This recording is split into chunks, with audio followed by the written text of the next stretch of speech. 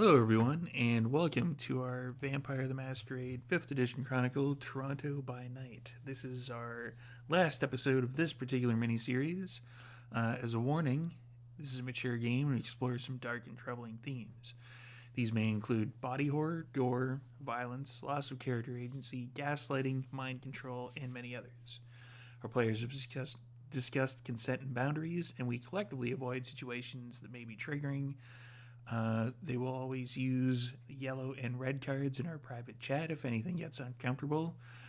And if you as a viewer ever feel uncomfortable or triggered, please pause and step away. Our streams are going to be available on YouTube after the game, so you can always come back to an episode if you feel ready or skip ahead to the next one. First, I'd like to thank our sponsor, Mikhail Artorian of Artoria Designs, who creates these beautiful dice boxes.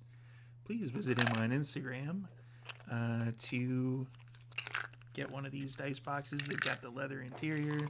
You can use them as rolling trays. Mine is making a lot of noise because I have some of my dice over here because there may or may not be a lot of conflict in this particular episode or a lot of rolling, so I just wanted to be prepared.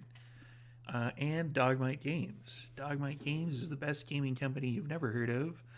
They combine craftsmanship with artistry to create truly unique pieces of functional art for your games. From dice boxes and rolling trays to fully sculpted Valhalla screens for GMs, each piece is created on site in their workshop in Michigan by a devoted team of craftsmen.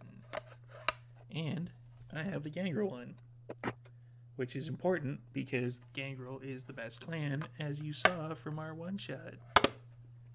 So, there you go. If you don't believe that, you're still wrong.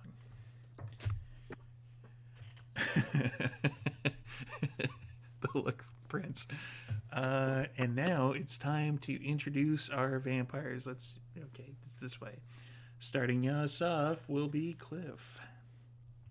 Happy Time Zone viewers, my name is Cliff, and this evening I'll be playing the pragmatic, quiet Barker, who does Barker things, apparently. He does Barker things. And Joanna. Hello, my name is Joanna. My pronouns are she, her, and I will be playing Eloise Trent for you today, also she, her, of Clan Ventru, Clan of Kings, best clan ever, always. Yes.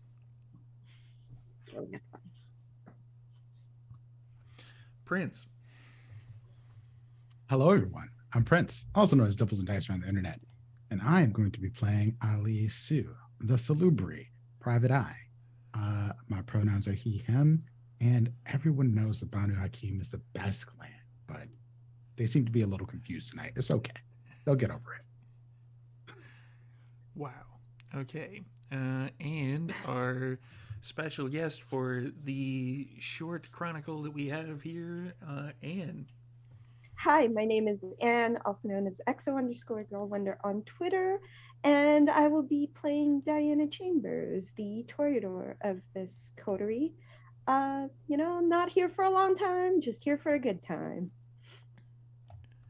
And as something that I should have done earlier, but I'm going to do now, I'm posting our yellow and red cards in the Zoom chat for everybody. Something you should always do, just make a list of it and post it up there so everybody can avoid it. And this guy's Storyteller Steve. So, when last we saw our vampires, they were in a limo ride with someone who they had found who seemingly is a Sabbat member. It's weird. They were going to be getting more information out of this particular character because they had mentioned that the Toreador Primogen had been involved with them and letting them know certain things and trying to make sure that they attacked the city smartly instead of just doing wild Sabbat stuff. So,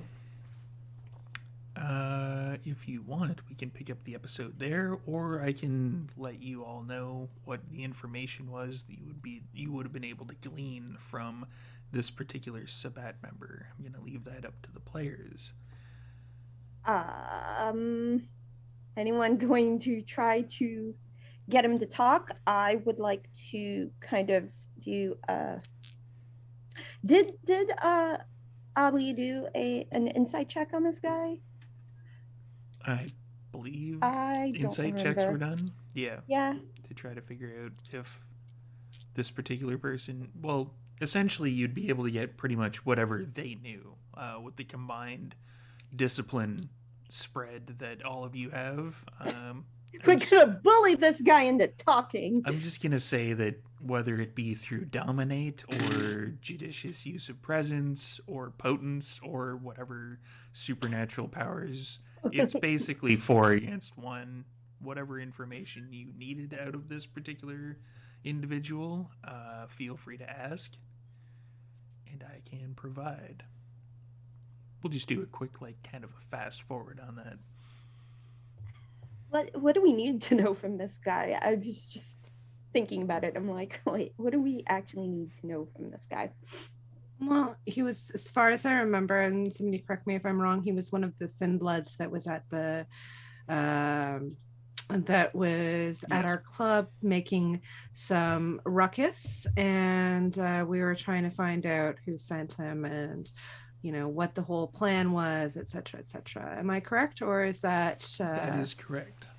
off base? So what's the specific details we want from this guy before we? You're muted, Ellie. I'm like, who is your daddy and what does he do? Wait, we figured that out. It's the Toreador Primogen, right? I mean, not, that kind of daddy. not through not vampiric lineage, but yeah, basically. Brain daddy? Blood daddy. Is there any way to figure out if did we figure out if he was being mined? What's the bot pack did he come from? They didn't actually know. So he doesn't know what pack he belongs to? Not a clue. Oh, this and we wanted to know, I think, where they were hanging out, where they had their base. Red Path. Red Path. Sugar. Yes. Okay. Yes, we did get that part. Yes. Okay. Yes. I'm just Honestly, trying to think of useless, what could right? be what could be useful later. Guy I who think broke we're their gonna minds. go storm the castle. Yeah. Like, let's go storm their base and destroy everyone. Yeah, and I think we said that we needed to keep this one so they couldn't warn the others. So we need him to put him somewhere safe. Or we just get rid of him. Well, I mean, we could just get rid of him.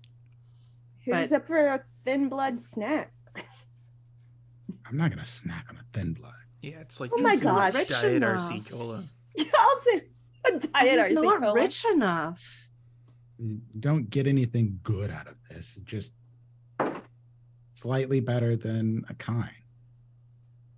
Slightly better, still better. I So don't He know. tastes like American beer.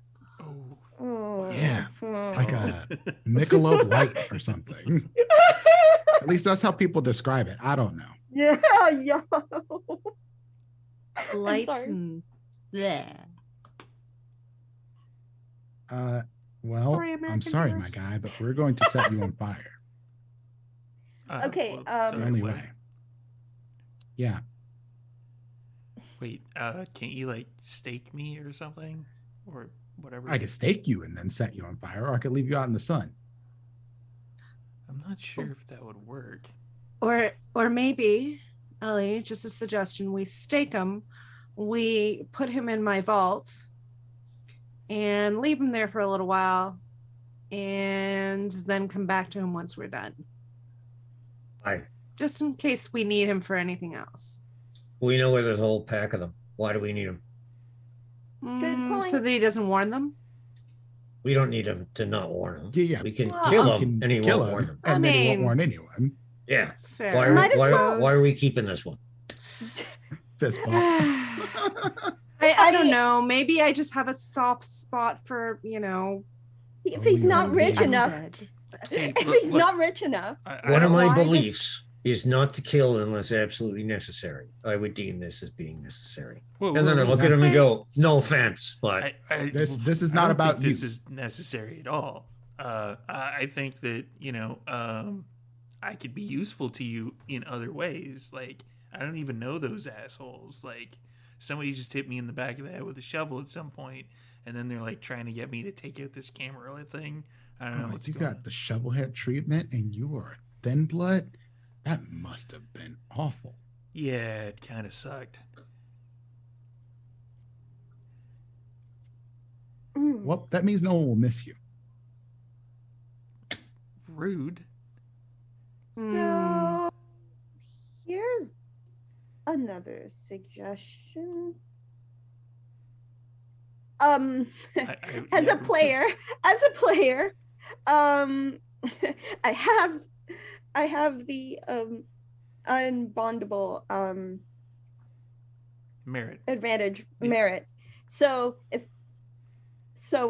I could I do like a blood bond thing maybe and not have it affect me negatively? Like I don't know how that works exactly. If you wanted to blood bond them, it wouldn't really matter whether you were unbondable or not. It would still Oh, they'd work. just drink. They would just. But if you wanted to drink from them, that's the only way that the unbondable would come into play. And in terms of how that works, could you explain that to me really quickly? Like, if you wanted to if you wanted to blood bond them, you would feed them your blood. And but if you were if they're bonded, if you were drinking from other vampires, that's when unbondable comes into play because you can't be actually blood bonded to other vampires. Well, I'm just thinking, like, what if I just gave him a little blood and So you want a thin blood flunky? Had him. Yeah, that's a good. I mean, maybe just have him a former Sabat thin blood flunky. I mean, would that? I mean, okay, so as a player, I'm wondering, would it if he claims he wants to be useful, would that make him listen to me or loyal to me? If you start bonding him, blood bonding him, yeah, he would definitely be more inclined to help you out a lot. How likely, storyteller, is he to resist with only one drink of Diana's blood, though? Depends on what you're wanting him to do. Okay. Because if we basically just want to keep him under control, not warn his friends. Well, literally right now, the options you have presented him on the table are stake him out and leave him for the sun, or light him on fire. And on the other hand, there's okay, maybe, you can get blood bonded to a Toreador. And it's just gee, that's one of these things is choice. Not like the other. I mean, if you wanted to ensure the blood bond goes through before such time as he can do anything to resist, he could stake him, toss him in the vault, and then have the Toreador feed him a couple of nights in a row, and then bing, bang, boom, he's totally blood bonded. I won't stop you if that's what you want to do. I'm offering it up as a possibility. I'm going to say, if you want to take that solution, you can take that solution. But there's another 4 dozen of them at the Red Path Sugar down on the harbor front. And I do not think you have enough blood to do that with all of them. I understand the desire to take care of a puppy, but sometimes... Okay, so you want to set the puppy on fire then? Okay. Oh, no. It's an I'm idea. saying if you save this one, he's saying if you save this one, that doesn't mean you're going to save a bunch of other ones. We're going to eventually set several on fire or eliminate them from this world. I just meant for this current situation, maybe do what you will. It might help. Diana, I appreciate you wanting to save this one. So do I. But the Sabat are a disease. They're a plague. They're a parasite. And as much as I don't necessarily follow the Camarilla's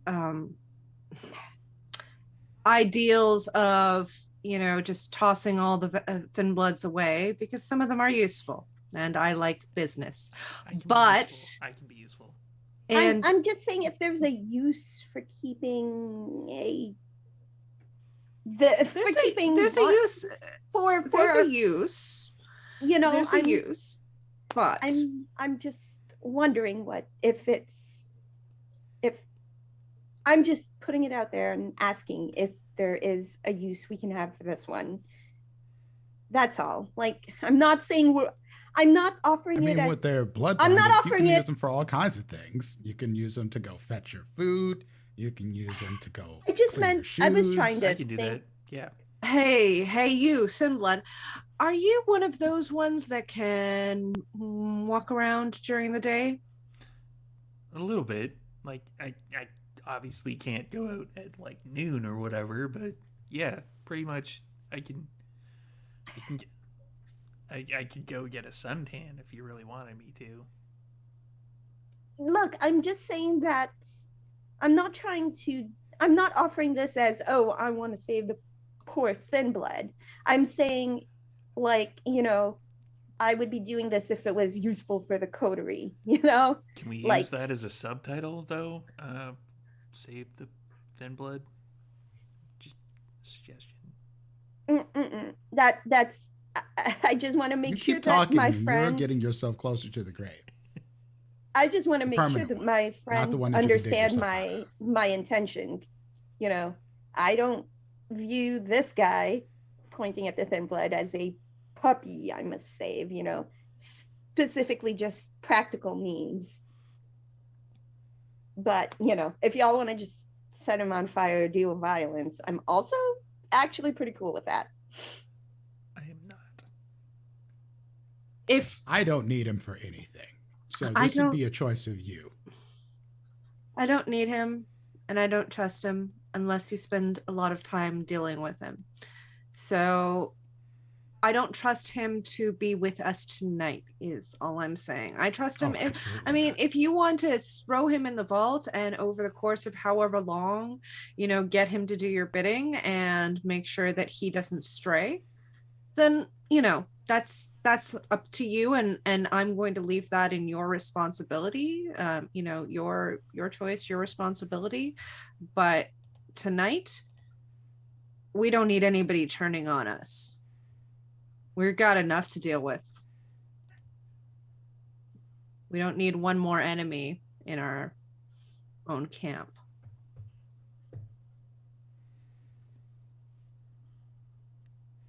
So Diana will turn to the Thin Blood and say, so just how closely were you working with Primogen Warwick? Not myself. Myself, not really at all. Okay. I would like to know everything you know from whatever interactions you might have had. Or, anything you might know from your friends. I just, I didn't really meet him. I was there when he was talking to the others. Mm-hmm. Yeah. Remember anything he said? Well, he just said, seemed like he had a really, kind of commanding presence. Yeah, that tracks. He said, we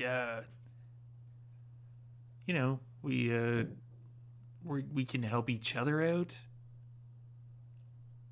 What kind of help did he offer you? Well, not me specific, but just he could point us in certain directions of different mansions and such across the city, different places to go to. The first step was stirring up trouble. And he wasn't one of you, right? He was, by one of you, I mean he wasn't Sabat. I don't think so. Okay. Just to make sure, because a lot of people have been throwing around names that do not belong to them. Well, he's been tall guy, great complexion, amazing frickin' hair. Looks like he should be dipped in a vat of Vaseline and put on a cover of a romance novel. Yeah, it's the guy. Yeah, it's him. Okay. Yeah. No, I was just making sure that he wasn't, secretly Sabat, because then I'd be having a little bit of a chat with our Tremere friends. Who Friends. knows? Who knows And- if he's secretly yeah. Sabat? He's not going to tell them. I mean, he might be. Oh, no. I mean, they can probably check. I think they have that thing, don't they? That they can check. I don't know. Tremere are weird. Right now, we can decide whether we're going to kill him or not. I don't care if he's secretly Sabat. He dicked with things and tried to cause problems in our club. I mean, That puts his neck in the noose. So, it's just a matter of how to do this so that, some other smart ass doesn't try to pull a fast one somewhere and turn us into puppets or whatever. Is there an advantage to us turning him over to the prince? Maybe. Is there an advantage to us doing it, ourselves? Maybe. Should we go burn down the Red Path building? Maybe. Probably. We've got a few things open to us here. I mean, technically, sugar is kind of flammable. Yeah. You need to stop talking, is what you need to do. All right. So, I mean, either we all agree or we all, disagree. Should we throw him in the vault and stake him and let Diana deal with him later, or should we just deal with him now? You're going to bloodband him, Diana?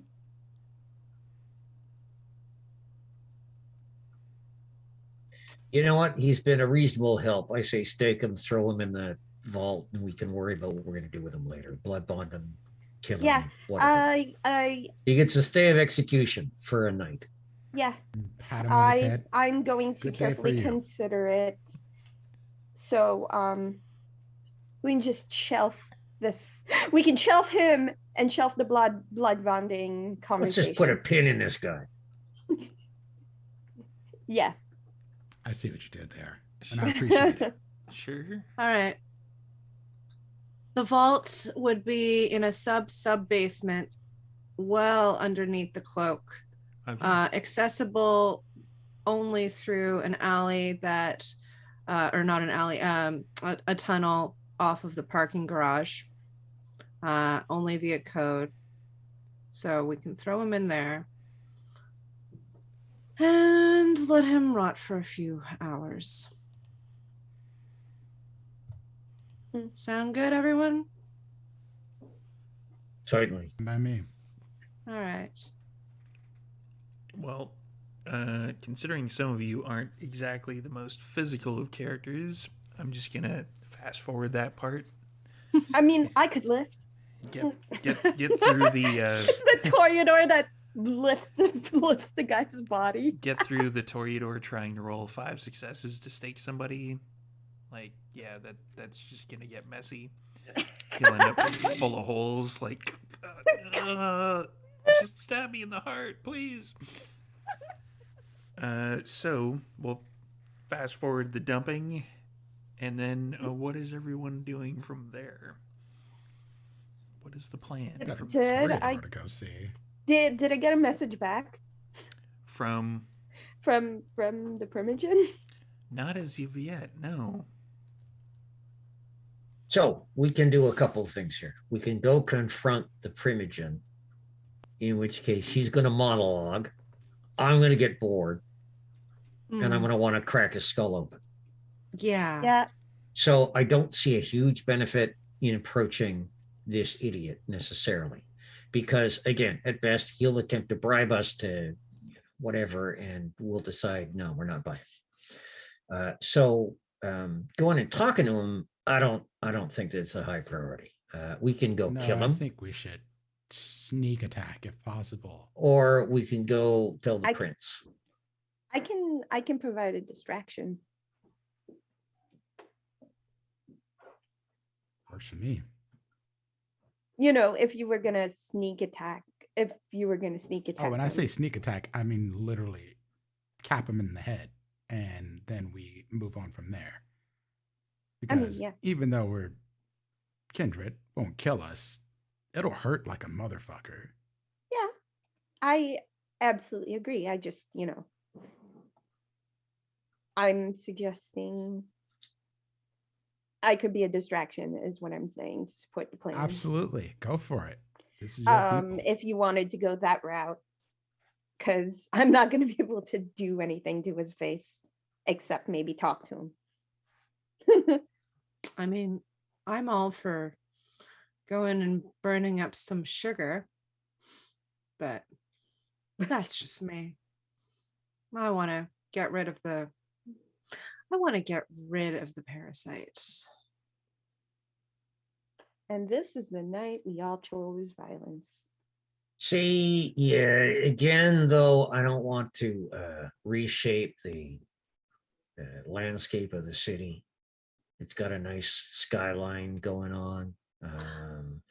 I don't I know. mean, we don't have to bring Yeah, it down. I don't you know. know what I mean. Yeah, I don't know that the four of us are going to be really good against 4 dozen of the, little bastards, even if they are, newly made thin blood shovelheads. That's one I think we definitely hand to the prince and say, yeah, you get your sheriffs and your Scourges and your whatever. Yeah. Samson, you send Samson and his crew down there to handle this crap. And right there, that fulfills a large chunk of the bargain we made that gets us a large chunk of the payment we asked for. I mean, you've got a good point. I like this. Time to collect? Actually, Yeah. what would be a lot of fun is if we could arrange to go talk to the prince and say we've got some extremely important information.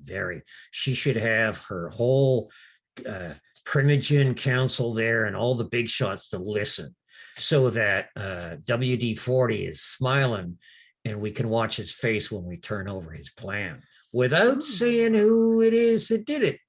And then we can decide if we're going to rat him out too. I want to watch him squirm, that's just I me. do too. Because if we make him have to fight the whole Camarilla along the way, I think he's going to have a very, very bad time. And honestly, no offense, Diana, but watching Toreador squirm is one of the best things in the world. Only second it by watching Ventrue squirm. No offense. Wow. That's No why I mean, taken. when you all squirm, it is. I'm sure you like watching other Ventrue squirm. Let's be real. Yeah, kind of. That's why I try not to let people see me squirm. Yeah. I know. That's what I like about you. Yeah, let's deal with this shit. Let's I'm kind of tired of people fucking with our fucking with our neutrality, fucking with our shit, fucking with our city. Let's deal with this now. Let's go and have a little chat with the prince. Let's do it. Shall I make a phone call? Please. Do the thing. All right. So do we have out of character, do we have a direct we don't have a direct line to the prince, we have a direct line to Samson, right? Yeah. No, it wasn't Samson, it was Jean-Francois. The yes. harpy? The harpy. Yeah. Harpy. Okay. Yeah. All right. So Eloise is going to get on the phone with Jean-Francois. All right. It rings a few times. Hello? Bonjour, Jean-Francois. It is Eloise. Oh, bonjour. We have things that we need to discuss with your boss. So is it possible to set up an appointment as soon as possible? The quicker the better. We have answers. Tell them we have answers. We have some answers. You hear like something that can only be described as large things of paper that are like no. Let's see. Tomorrow. How about tonight? We can't do tonight.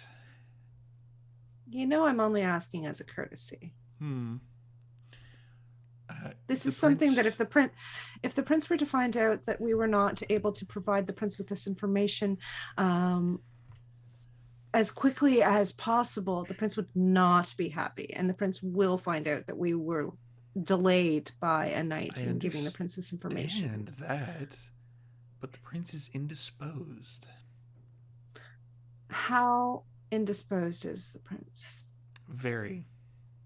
The prince doesn't need to put on airs. The prince doesn't need to be formal. We can have a chat that is not within the prince's Elysium if the prince prefers it, if that is more comfortable for the prince. Prince prefers Elysium. All right. Give me one moment. Eloise, kind of hits mute on the phone and turns them. Apparently, the prince is not available this evening, is indisposed, and would like us to come in tomorrow. Oh yeah, it's really too bad we're on our way in just around the corner. Yeah, I know. Darn, That's huh? why I To say, said, it's they just a should definitely courtesy. Get the prince now, because we're coming to the prince anyway. Even if we have to go and find the prince wherever she's hiding under whatever. Eloise has turned off mute as Always. Ellie is saying this because Ellie is saying this better than Eloise could ever say it. Oh, yeah. There's no Elysium this evening. There's no one there. Even Again, better. we will come Where's- and find the prince. We have ways. This is going to be very difficult if you all don't do these things tonight. We do not have time to dally. How about this?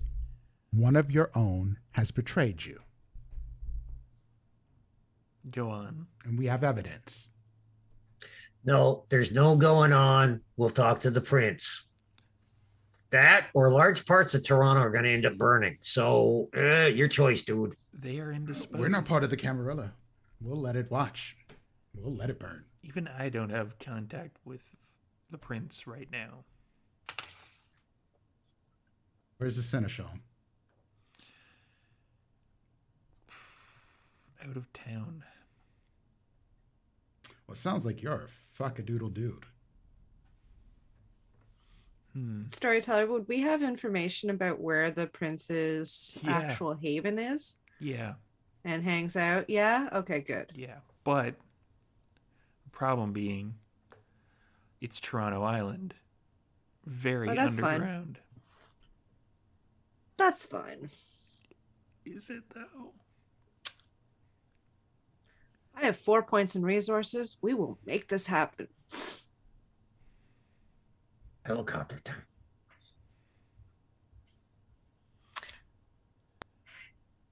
Okay. Throw this one out of a helicopter. So Eloise turns them. So, yeah, I'm going to end this call now. Our friend here is useless. All right. And You Eloise use says, that friend word way too much. I like being polite, but, Jean-Francois, thank you for your time. Have a good evening. And you as well. Eloise ends the call. All right. Seeing as how, okay, Why you don't is it join the beyond Camarilla? is it beyond the realm of possibility that Eloise would actually have a helicopter landing pad on the top of the building? I mean, you might. I might. I don't think it's outside of the realm of possibility. I mean, I have 12 extra XP that I can throw at it if my current resources aren't enough because I haven't spent any XP. Yeah, if you want to, go ahead. All right, spending any XP that I have left over that I have not, I haven't used any. So spending that on a helicopter landing pad Okay. and a helicopter to go with it and Sure. a helicopter pilot because, Understandable, unless you want to pilot it yourself. yeah, exactly. So shall we take the air route then? Everybody good with that? Sure. Is everyone Right. piling into the helicopter? Yes, Mhm. maybe. It's up to you. Why do I get the feeling that Steve has got a look on his face for a reason? I can't tell. I've only been here for 4 sessions. I can't tell what that face means. Rarely anything good, but often it's a bluff. Okay, yeah, I mean that is fair. So helicopter then. Mm-hmm. All right, let's go. It's like a less than 5-minute ride. Like, it takes more time to spool up the helicopter and get it in the air than it does because you're basically right across that particular small little bay to Toronto Island. You would land in the Billy something or other. I can't remember. Billy the- Bishop. Billy Bishop. Yeah, Billy Bishop Airport. Okay. I knew it was Billy something. Yep. The Billy Bishop Airport, which they claim is international, but it's basically just there, and it flies over to Buffalo every once in a while, And Boston. and Boston. So yeah, it's like a quick hop across the water, and you're in the Billy Bishop International Airport, which is really small. Yeah. And we know where I to go from here. suspected it would be. Yeah, the Prince's Haven is rumored to be under the kind of main area of Toronto Island. Which main area? There's 3.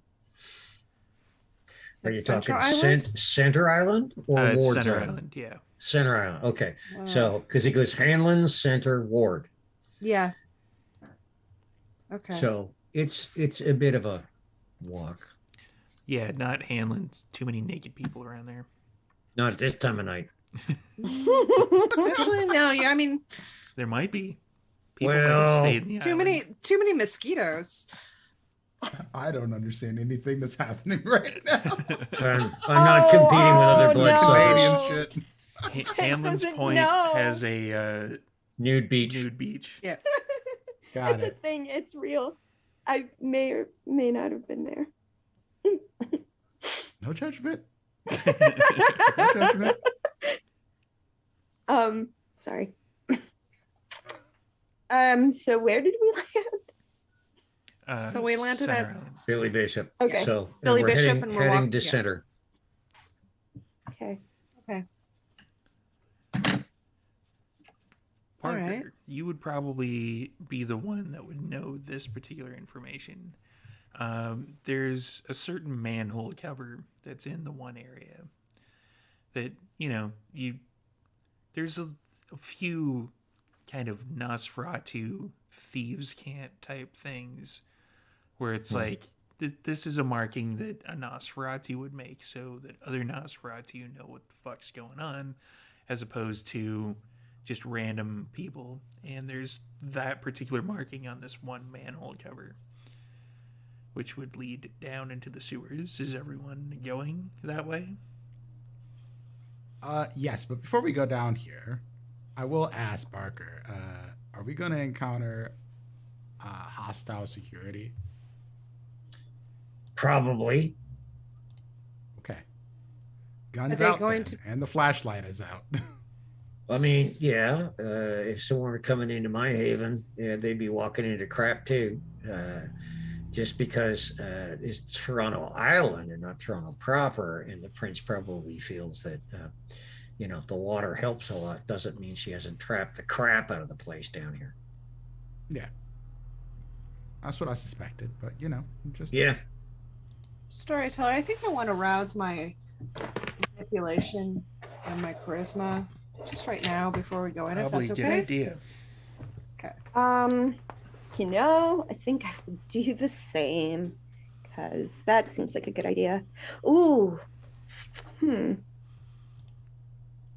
So those are rouse checks. Those are rouse checks, yes. Okay. Should maybe rouse my strength. Ugh. Right. Rousing for manipulation, and I succeed. Rousing for more charisma, and I get hungrier. Great. I had the same 1 success and 1 failure on the res checks. Diana, you should eat before you go traipsing around the sewers. Oh, I know, babe. I know, but things just got a little out of hand really quickly. But I At would least eat, I will get right you back to should have you. eaten some of that thin blood at least. I mean, I it's not know. great blood. It's not. Hindsight. Mistakes have been made this evening, and we're just going to fix a few of them before snack time, okay? But baby, I'll take care of it, I promise. I always do. Eloise, you hear somebody different.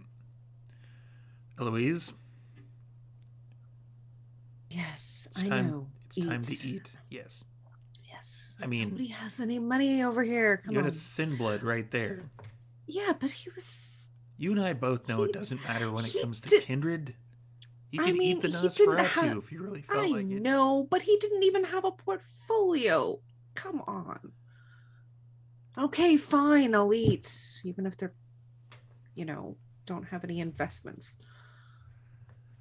Unacceptable. That's the last you hear about that.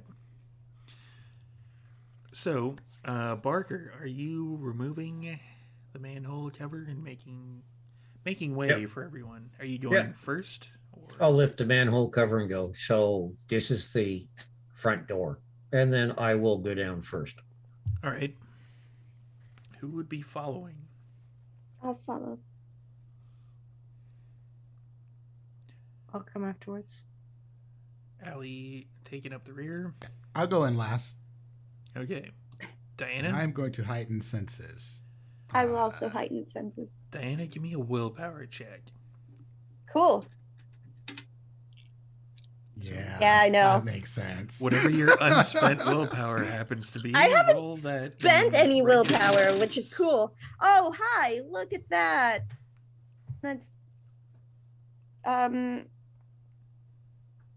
That's 2 10s. Okay, yeah. Okay. And So it's just so regular these 4 success. successes. So yeah. this Look, is I'm gross. it's really gross, but I'm not your standard you've got- toreador. Yeah, you've got something to do, so this is still pretty gross, but It's still gross. you'll soldier through. You forgot to put the little booties on your shoes. Oh Little damn, plastic I forgot. booties, I forgot. Damn, I forgot. Oh, I forgot my taking care of business sneakers. Shit. I'm getting my good shoes messy. Yeah, these shoes are fucked. It's fine. I'll hit Eloise a pro loan for a new pair. So Barker, give me a wits and awareness check.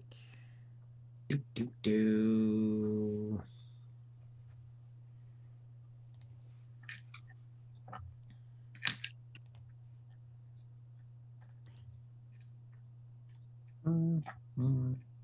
It's an awareness. Let's see. That's a bad dice pool.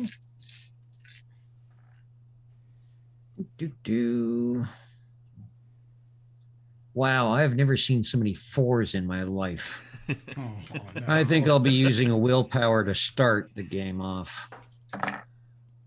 That's better. Okay, so 4 successes. 4 successes. Yep. So you're walking down the sewer. It's kind of one of the typical just cylindrical sewers. There's not really that much traffic on Center Island really at all. Even at the height of tourist season, so you can definitely tell that about a quarter of the way up is where the kind of max capacity has been recently for liquid, but this is like it's essentially just a trickle down the center. So you are traipsing along and you come across there's something you just catch it out of the corner of your eye. There's kind of like a glint from Allie's flashlight of like a thin wire that's stretched across the bottom. Yep. Well, we'll stop here. Okay, so this is one tripwire. Now check the ends of the tripwire to see if it's connected to anything or it's just meant to trip people. The one side is connected to just the wall. It looks like there's like a drilled in section, like a screw, and it's got the large bit that you can tie something onto. The other side looks like it's connected to like a claymore mine. Oh, good. She's using the fun toys. Safety first, eh? Yep. Now, I don't want to be running back this way, so we're going to take a moment. And I am going to use Dex and Larceny to disarm this baby. All right. Not quite as good of a dice pool, but still decent. Go on. I think while we're at it, I'll go ahead and rouse my decks just in case. Just in case you have to dodge from. That's better. That's anything four successes once again. Yeah, you basically kind of just pull out a pair of pliers. You just twist it a little bit and it snaps, and then the line goes slack on the one side, and there's no chance unless you like really felt like setting it off to set off this particular mine. Okay, this is now a little safer. Don't kick this though. Please. Thank you, Barker. If it wasn't for you, we probably would have tripped right over this and, gone in pieces. I appreciate you. Thank you. We shall continue onward. Continuing onward. Indeed. The liquid in the center or the bottom of the circular sewer pipe that you happen to be going through is getting a bit deeper. It's probably about ankle deep at this particular point. There doesn't really seem to be a place where you can put your feet on either side of it to avoid it. So I'm getting another willpower roll from Diana. Oh boy. Get ready to get grossed out. What happens, Diana? You're in a shitty situation. Oh, why? Why are you like this? Why you gotta be trying to take the piss out of Diana? Oh no. Oh wait, no, I have one success. This is really, really gross. Oh, Like, you're man. not sure what's in it. Oh. Is that like seaweed wrapped around your foot now? Oh. You're not I mean- sure. It's like squishing between your toes. You're just No. like, No. I mean, like, I totally respect Barker, and I know I said a while ago that I have a vomb and everywhere, but this is ridiculous. Ugh. Yeah. Still following. I'm grossed out, Yeah, but I'm still you were following very Barker. grossed out. Yeah. Rule number six of visiting an Nosferatu: don't wear open toes. God damn it! No. Oh, Yeah, it's pretty gross. you might want. I don't want to know what the first 5 rules are. Do I want to know? Nah, probably not. Nope. Nope. Barker, give me another wits and awareness.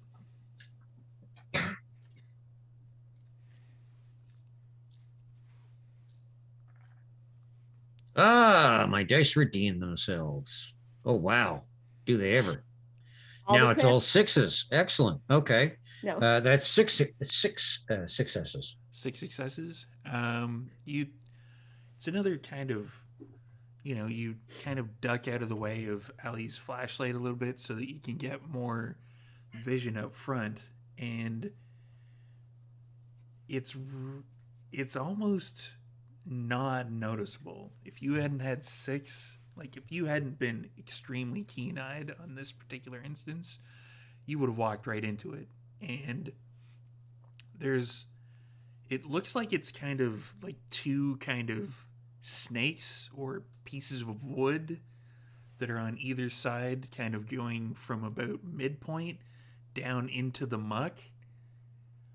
But it was just there for a second that you saw it, that on the other side of the piece of wood, there's a rope that is leading down into the muck that you are, because of your massive roll on this one, you can definitely tell this is a snare trap. Okay, easily avoided. Not so easily avoided, because the rope itself goes down into the muck, so you'd have to like kind of dig around in the muck to try to figure out where the actual rope itself is or what. Yeah, the trigger is. not easily disarmed, easily avoided. Can we walk around it? That's what I'm saying though. Like, if you Okay. can't quite get over it unless you know like where the actual rope itself is. So I am gonna have to get down there and disarm it. Yeah. Okay, so Barker gets like right down into the muck and goes elbow deep. Oh, It's actually more God. like mid upper arm deep. Like it's just getting in there. 3/4 sleeves. oh no. Yeah, No. I don't want my sleeves getting too mucky, so I always wear them short. Oh no. That's And I always have the latex gloves so that it creeps inside, and I've got that nice feeling all the time. The squishy. Ew. Why are you like this, Barker? Ew. Moist. A Toyota's worst nightmare. Eloise Oh. is just looking on to this and she's like, the flowers that I gave you died slowly. No. You're gonna I get us can't muted. unhear it. No, we can sing, we just can't play it. 6 Yeah. with a double crit. No, I'm You kind of go down into it, and it's essentially pretty much all across your front because you have to get down on all fours and dig around. But eventually you're like, okay, yeah, this rope is pretty thick. It's about yay thick. Like, see, you got it. so thick. You got the one side, and then you kind of reach along it, and you get to the other side, and you can kind of feel where the trigger is. And you can, since you kind of are feeling out the one side, you can go like, okay, this is where it connects. This is the rope. This is the trigger. You can let go of the trigger, and then like, so you can hear like probably about 500 pounds of rock kind of slide down on an adjacent area. So you can hear kind of like as the rope flies into the air as you've successfully disarmed that particular trap, and there are no limbs that are inside that particular snare. That was a good one. She's using the classics now. I mean, high explosives, everybody gets into, but classic snare, you don't see that one so often. I like a traditionalist. Well, she seems to have class and grace, and she seems to know the finer things in life. She might be tasty. Okay. And we will continue. Don't judge. And when Barker had No, gotten no, up, it's not judgment. It's confusion. when Barker had gotten up, like pretty much everything chest down is just kind of dripping in like multicolored ooze. Ew. Okay, just Diana's following, but like an arm's length. Like, nope. Okay. It's still squishing between your toes. I'm having a really bad time, but I'm here for the team. And she just keeps repeating that mantra to herself. And we're going to go for one more wits and awareness from Barker. Oh, goody.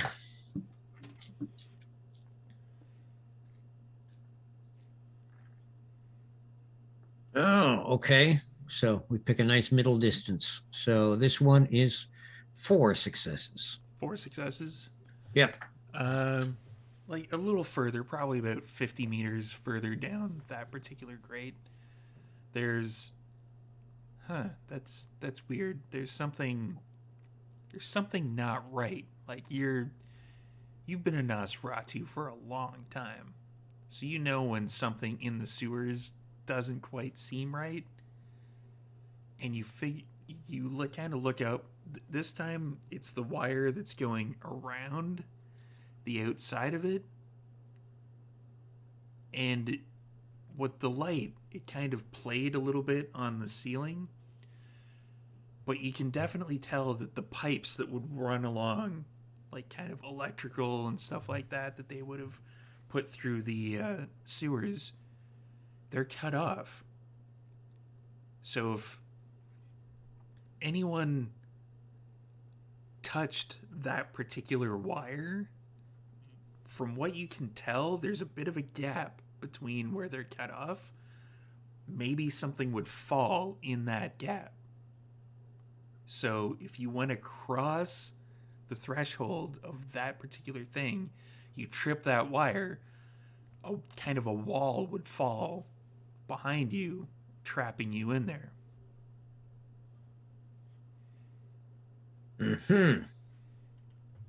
Okay, so stop at the wire and kind of trace it around and go, I didn't know she was Jewish. Okay. So, how to disarm this one? Actually, yeah. I've got an idea.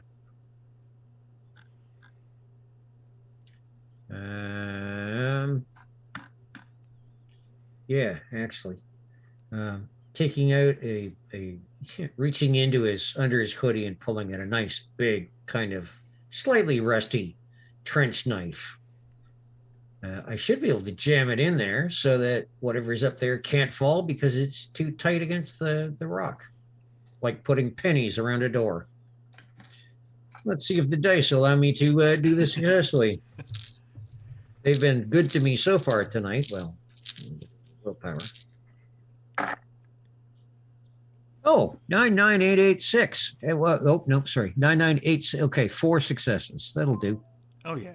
You see, you're able to, like, reach the knife out, kind of jam it in the one section. From what you can tell, if anybody tripped over that particular, like, very thin tripwire, that it shouldn't fall. Okay. Point out the wire and just go, okay, careful with this one, but I like that knife. I'll collect it on the way back. Is everyone avoiding that particular tripwire? I hope so. Yep. I'm going to follow Barker. Give me another willpower roll, Diana. God damn it. Look, I'm trying my hardest. Oh. All right, let's go dice. Okay. Go dice. That is 4 successes again? Yeah. That tracks. Not Diana's just like, still hate this. Not But too I'm far doing it. beyond where Barker told everybody to kind of jump over that particular tripwire. There's a section that it kind of slopes down ever so slightly, and then it continues on a flat plane.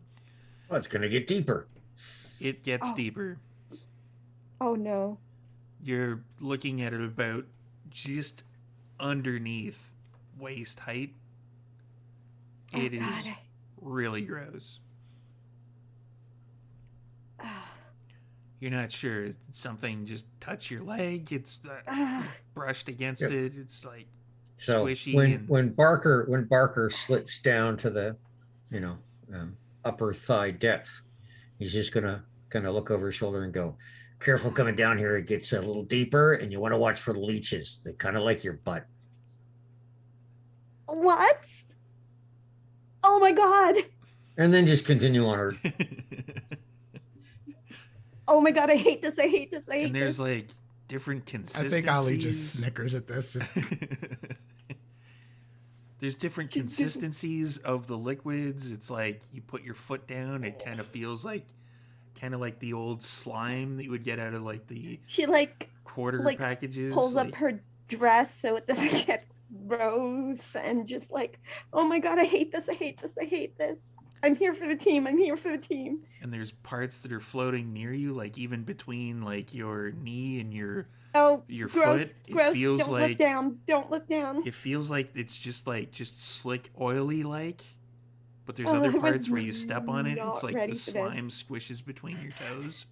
Okay, this is awful. This is awful. Why did I? Oh, why am I never prepared for anything we do? I should always just carry a change of clothes or something. Eloise turns to Diana. She's like, 1 second. Storyteller, given that this is Toronto Island and this isn't probably nearly as deep underground as if it were in Toronto proper, am I getting any sort of, is Eloise getting any sort of signal on her cell phone? You would be, yeah. Okay.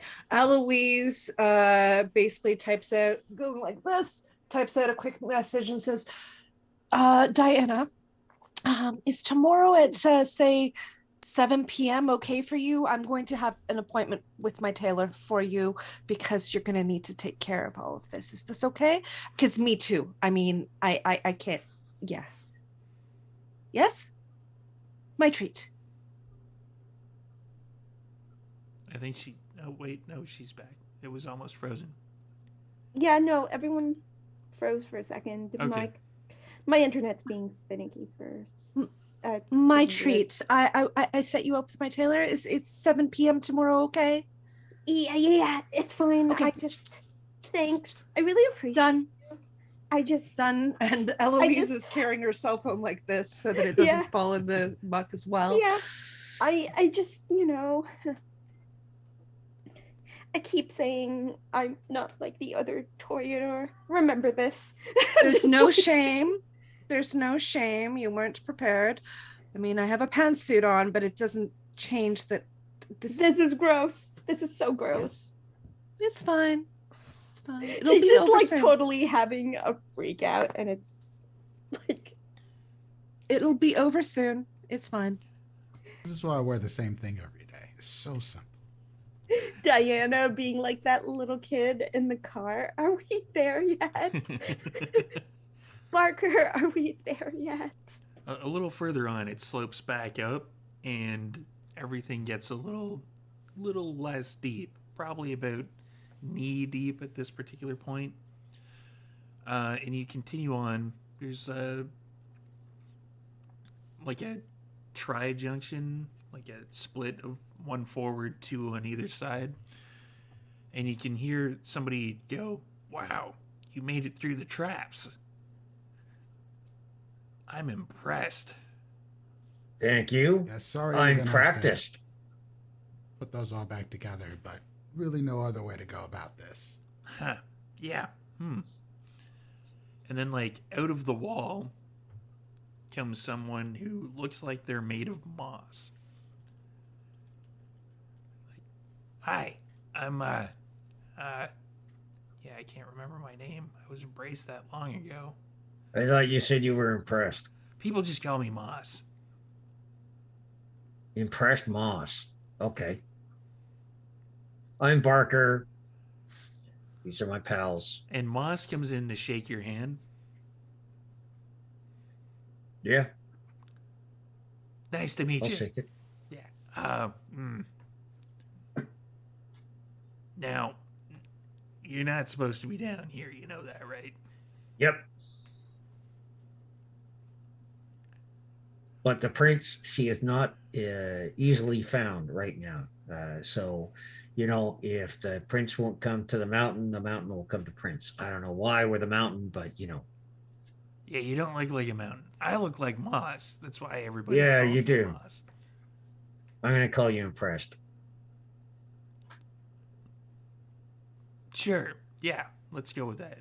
Okay. So we need to hunt up the prince. We've got, we were given a job and we've got an answer, and the answer will not wait till tomorrow, unfortunately. Well, you see, that's where I think we got a bit of a problem. You see, I was expecting you to say something like that. So explain to me, like I was a 5-year-old, what the problem is. Well, you see, you guys are coming down here, and the prince is down here, and I'm not supposed to let you get to the prince. So, I'm gonna need, like, information. Okay. What kind of information? Well, you say it's of, like, vital importance or whatever, right? Yeah, a little bit. So, let's just call it my need to know so that I can then take you to the prince if it's important enough information. Okay, so the choice comes down to this. We were told by the prince to find something out. We found it out. There are two paths that we could take. We have come down here to Technically, take. there's three. Well, yeah, I know, but we have come down here to take this path to give it to the prince so she can decide what to do. See, we're not Camarilla. We're going to give it to the prince. It's a Camarilla matter. The other path that was available to us includes burning down a chunk of Toronto's skyline. And as the prince is the Prince of Toronto, we kind of figured she would not want that. So you can take us to the prince, or we take the other path, and then you explain to the prince later when she comes to us and says, why the heck did you burn down part of my city? And we say, Moss told us you weren't available to talk. So this was the only other option. Well, I mean, can you give me a hint? Yeah, Parker? it's got to do with Sabat. Oh. Yeah. Oh, yeah. Okay, definitely. Yeah, I should probably take you to see the prince then. Thank you. That is greatly appreciated. Come on this way. And Moss goes over, and the front of him looks like it's moss. Looks like there's different patches of different things growing. There might be some like mushrooms growing out of the side of his neck. But when he turns around, he looks like basically the back of a normal human. So they go over, there's like the T-junction. He goes over to the one corner, and he pushes in a brick. And the T-junction, the corner of it, kind of pushes in and slides across to the side. He's like, see? Well, technically there's 4 now. You better let me go in first. She can get kind of finicky if people are showing up and not supposed to be like it's not even tea time yet in England, we really. didn't want to be intrusive. We're just finished wrapping a job. So he goes through. Yeah, come on. Watch your step.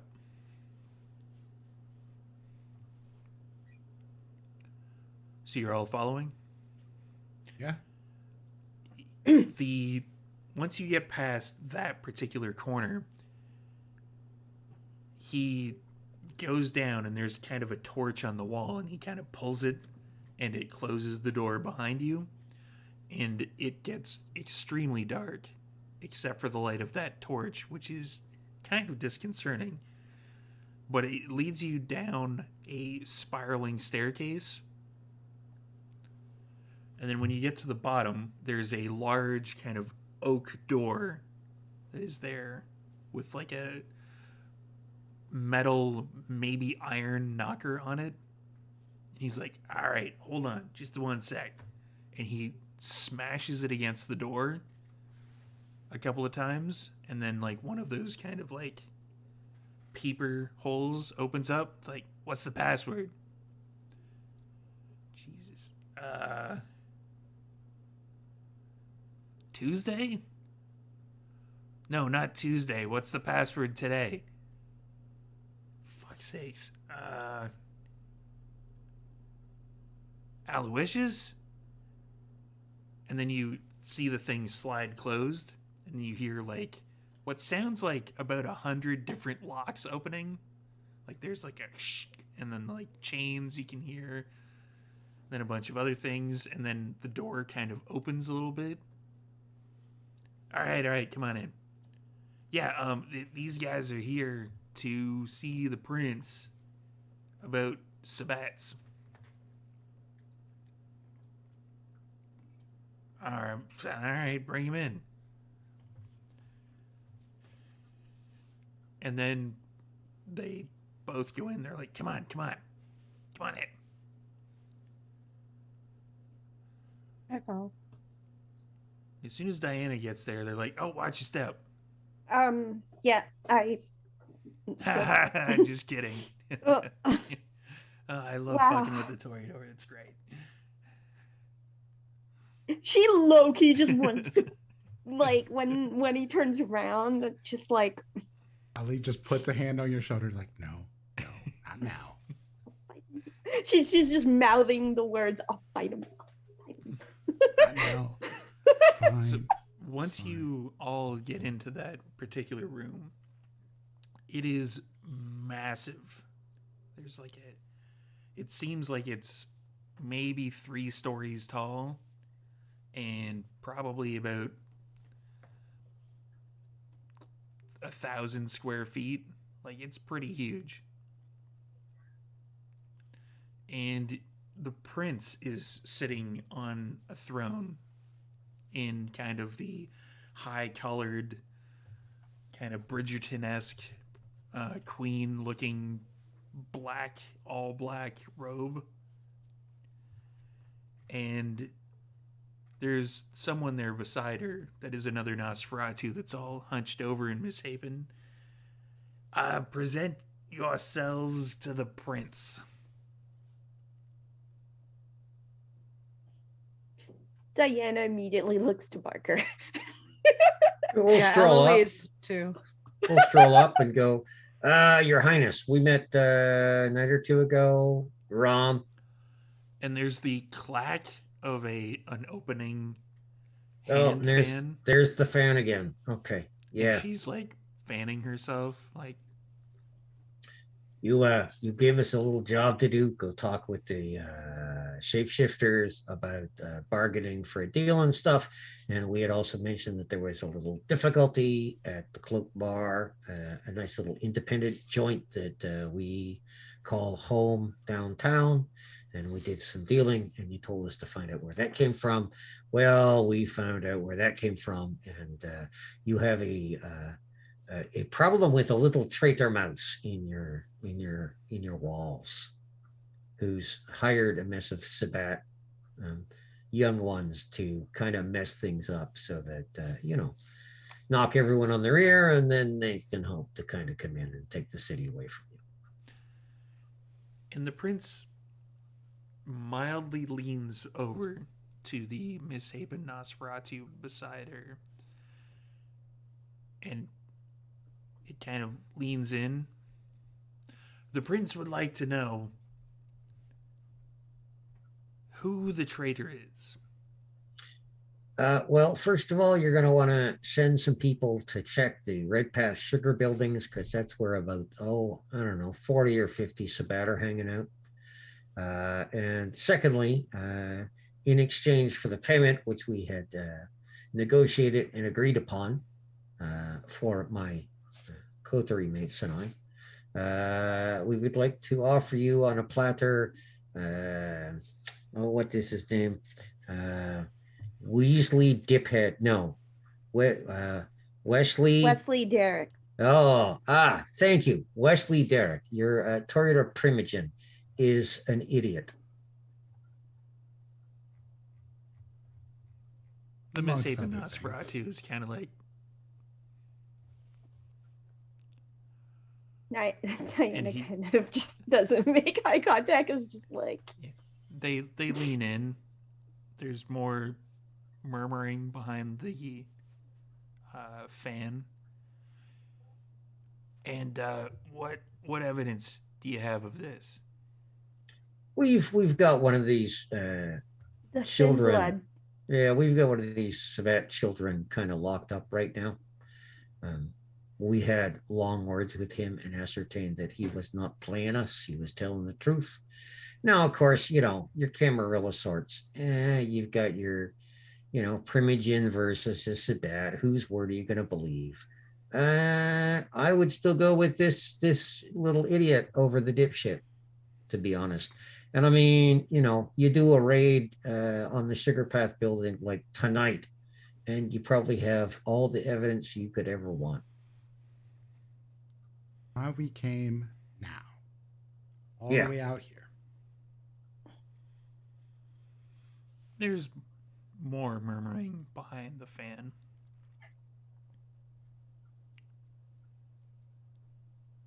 The prince would like to extend her thanks. And would you like to participate in the Red Path cleaning?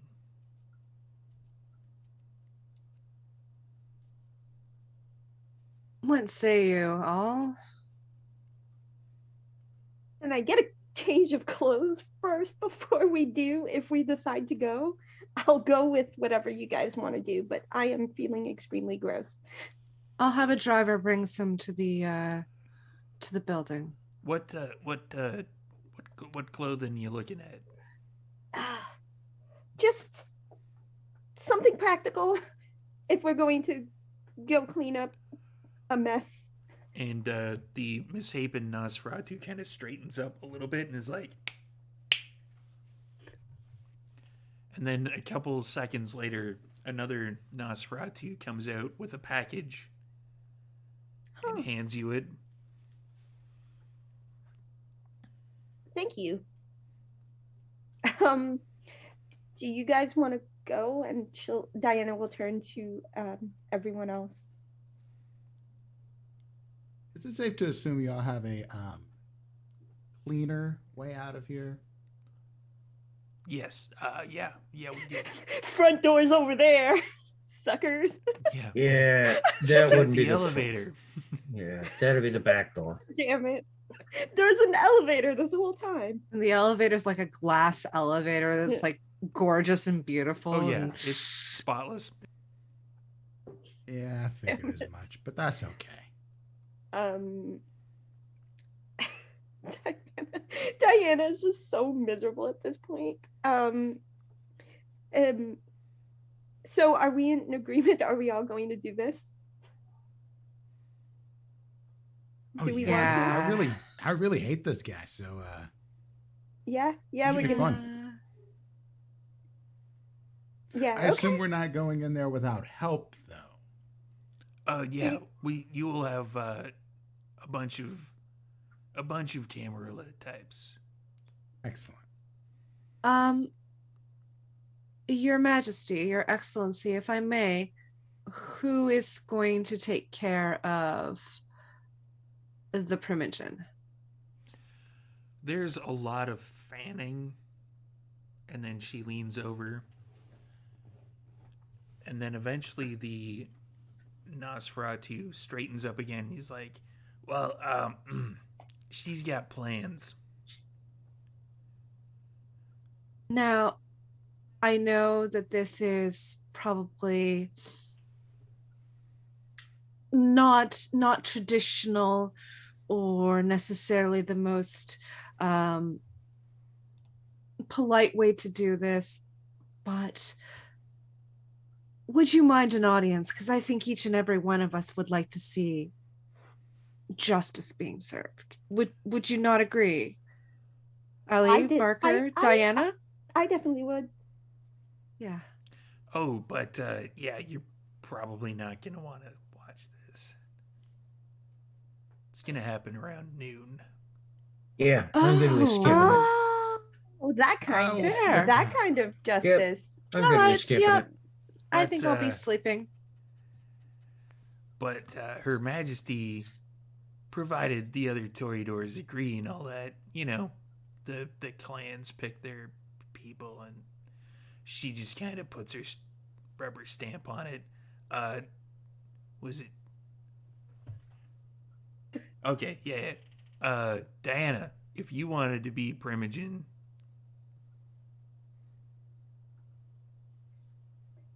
I'm gonna have to go make my intentions known to the rest of my clan. yeah, it's fair enough. I like where this is going. I also have to excuse myself. If you could point me in the direction of a place to get out of my disgusting. There's several doors that are nearby, and he's like, right this way. Thank you.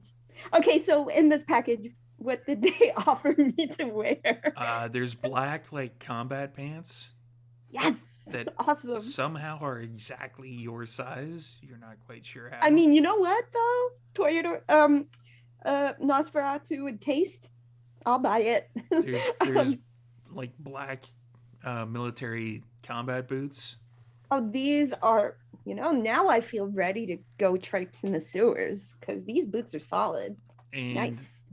there's like kind of it's a stylish vest, but it's got like pockets on it, and there's like a shirt that you can a go vest underneath with it. pockets? Yeah. Am I all in black now? Yeah, it's pretty much a like tactical gear essentially, Nice. but it doesn't have any like weaponry or anything in it. It's basically Nope. just useful stuff. You I said got it. practical, so Yeah, no, I absolutely said practical. If I wanted something pretty, I'm Toreador logic. You're not gonna find it with the Nosferatu. If you want something pretty, there's a good likelihood you're not gonna find it with the Nosferatu. so while Diane is getting changed, this is a good time for a bit of a break. So come on back in about 5 to 7 minutes, everybody, and we'll see what happens at the Red Path building.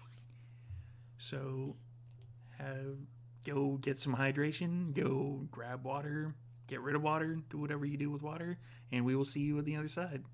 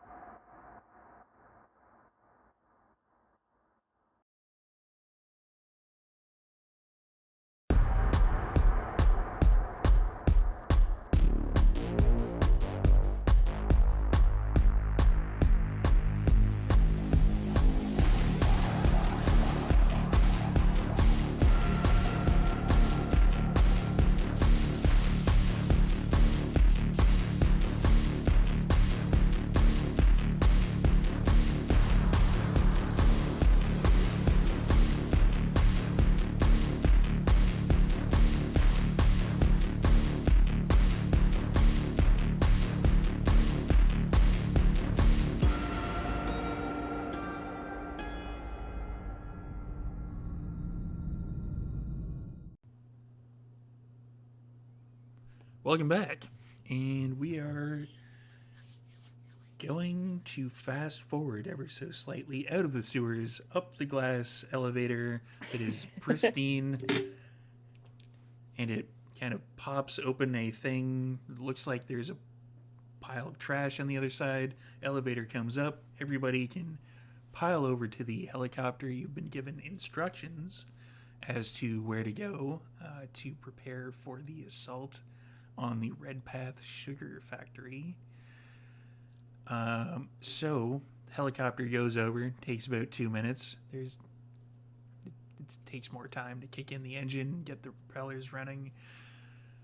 I'm assuming a limo ride from there to where you would have to go. Yes, I think there would be a stop off at least for Eloise, or she would ask a driver to bring some firearms, probably. The firearms would be in the trunk, ma'am. Perfect. Thank you. So, you've been given the instructions to go just on the other side from where the Red Path building is, of the George Brown building, which in this particular area it's kind of well lit at this particular point in time in the evening, but the building itself is far enough away from Red Path that a limo pulling in there. There's a fairly good restaurant in that building.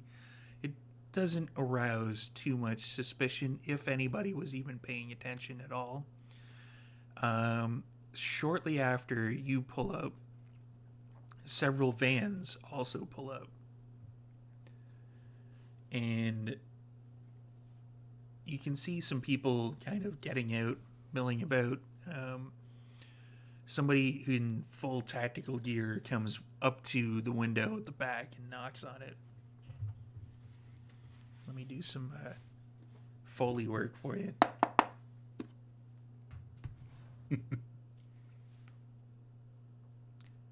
Do you answer the window? Is it time? Roll it down. Not sure what that was, Joe. It's a button. It slides down. You don't have to do the. It's a newer car. It's an old car. New car. Well, Eloise is used to the Yeah. thing, so old school, right? So you, So old school. the window eventually rolls down, and the person kind of, they don't stick their head in. They're just kind of lean down. So are you the coterie, the independent ones? That would be us. Yes. All right. So, like, do you want to go in first? Do you want to wait? Because we were thinking we're the prince's deputies and the sheriff's here. Scourge is kicking around somewhere. I don't know where the fuck he gets it to. For a big guy, he can hide pretty damn well. We were gonna go in first, and then if you want, you can kind of guard one particular side, make sure that they don't get out. There's the fun in Torture. that. But yes, sure. It's up to you. If you wanted to like be in the thick of it, we can bring you with us.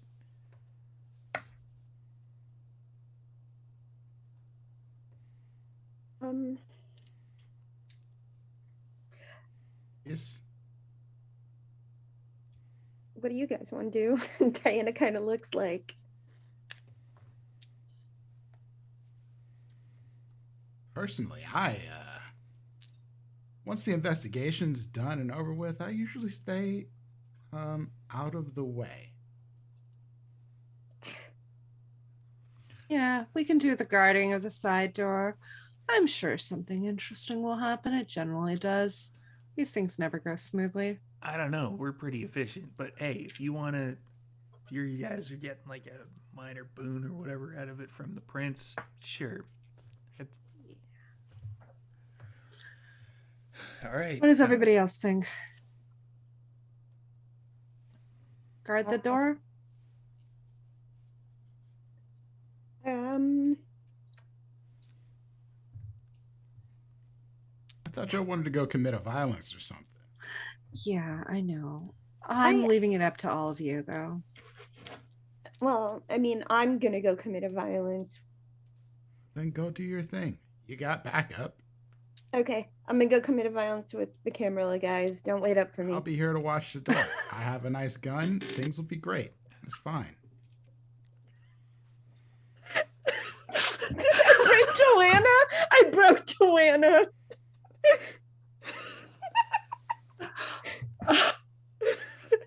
I'm sorry. I didn't mean to be funny. It just happened. That was good. Yeah, it was good. Oh. Oh, Barker's sipping his tea over there. Barker gets out of the car, and I rolled my rouse, and he just disappears. Okay, so I wanted to do a couple of things Okay. before I go commit a violence with the Camarilla. Single solitary violence.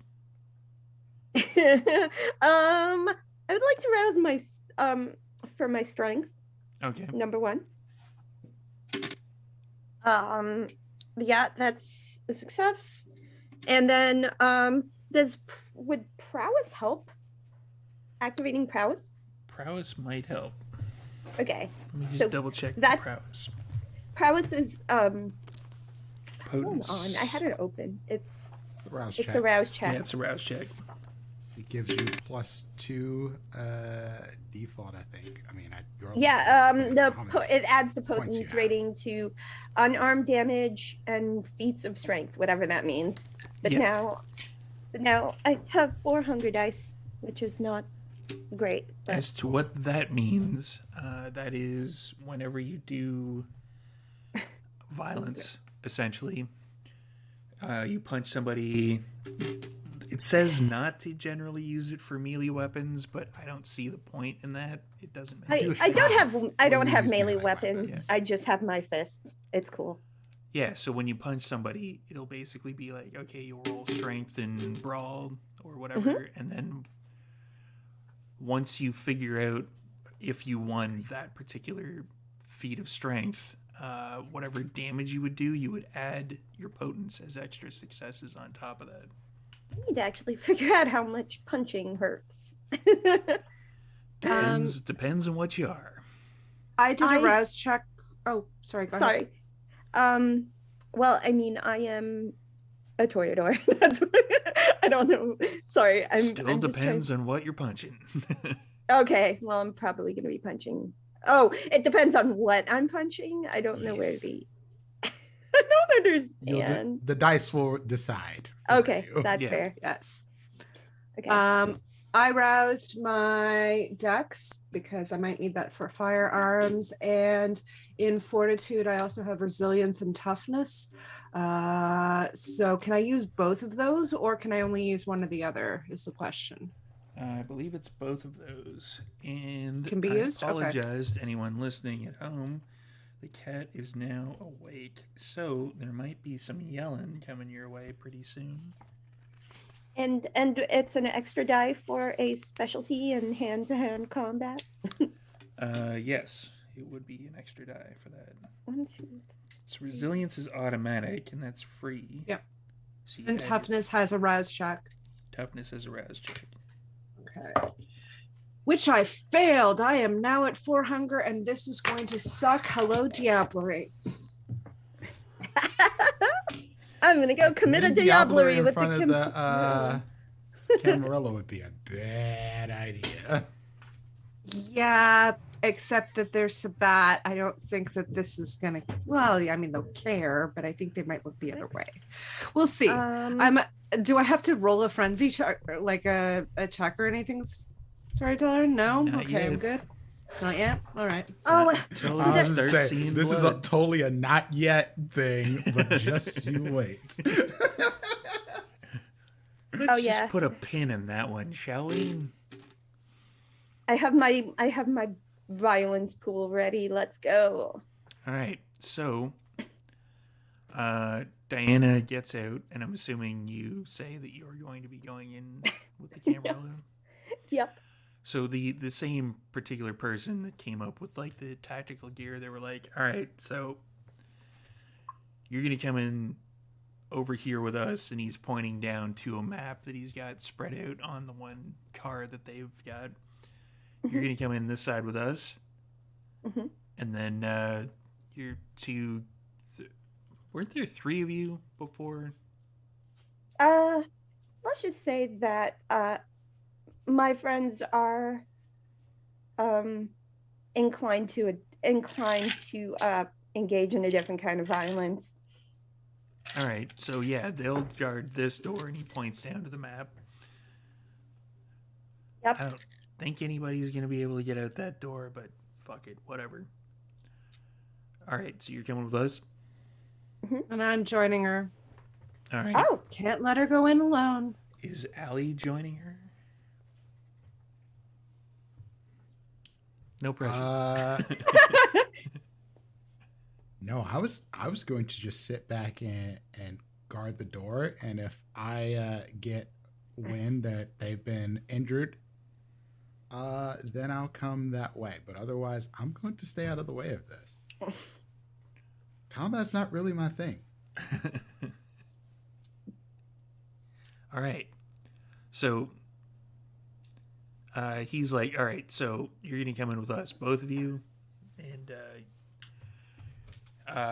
Ali, is it you're going to stick by this particular door? Yep. All right. So, and the two groups kind of go their separate ways. Ali in one direction and Eloise and Diana in the other. So they kind of loop around by the water of the George Brown campus. It pretty much goes almost to the Red Path, but there's a bit of an overhang in that one part, and you can actually, there's kind of a beach-ish area. It's not connected to any water of any sort. It's basically just a giant sandbox that is on the one side right between George Brown and the Red Path. So they kind of dip in through that. And they tell Ali to go more towards street side of the Red Path, which is the give or take main door. So the camera swings around. There's actually one person that goes with Ali that is in full tactical gear, just to sort of make sure that there's enough people on each entrance / exit. And they basically swing around and they breach the door. And there is a lot of screaming, and the camera opens up with gunfire. And before you, you kind of see like there's giant piles of different things. There's like equipment, there's manufacturing equipment. Looks like there's stuff where you would pour like a massive amount of sugar, and then it comes out in like sugar packages that are all like tightly packed. And there's a lot of thin blood targets. This is a target rich environment for anybody who happens to be here. There's gunfire going off. There's basically chaos. What are Eloise and Diana doing at this particular point? Eloise is going to see who the closest target to her is, thin blood wise. And yeah, go ahead. Sorry. Okay. There's like some that are kind of running off in this direction. The camera mostly centered on going kind of straight in. They seem kind of Tetris-y in their approach, like go in, clear a section, move on. Yeah, I think I'm gonna kind of follow the kind of tactical formation, and as they're going in, just grab a thin blood and start beating them up. All right. How are you grabbing them? Just like grapple? Yeah, like just punch, you're not getting away, like, and then just like deck them. Give me a strength and brawl roll for the decking. The decking of the thin bloods. All right, let's see. Grab and punch. Yeah, just like Falcon. there we go. Punch. 1, 2, 3, 4.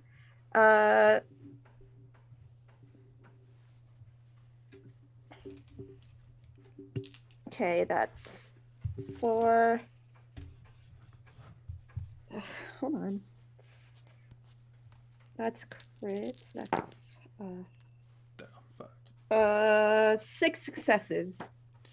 They only got 3 to try to resist. So, since your potence is activated, you grab and punch them. The difference is 3. Half of that is 1. But what is your potence rating? 2. So you do 3 points of superficial damage. Like, you basically sock them pretty solid in the nose, and their nose kind of like splits a little bit. And here's a cat. And there's blood everywhere. Give me a willpower roll. Willpower plus half your humanity. Half my humanity? Half your humanity. Okay, wait. Willpower. So I haven't used 1, 2, 3, 4. This is a frenzy check because now there's blood on the table. Yep. Here we go. Okay, that's 5 successes 5 on successes. the frenzy check. That smells great. It's on your knuckles.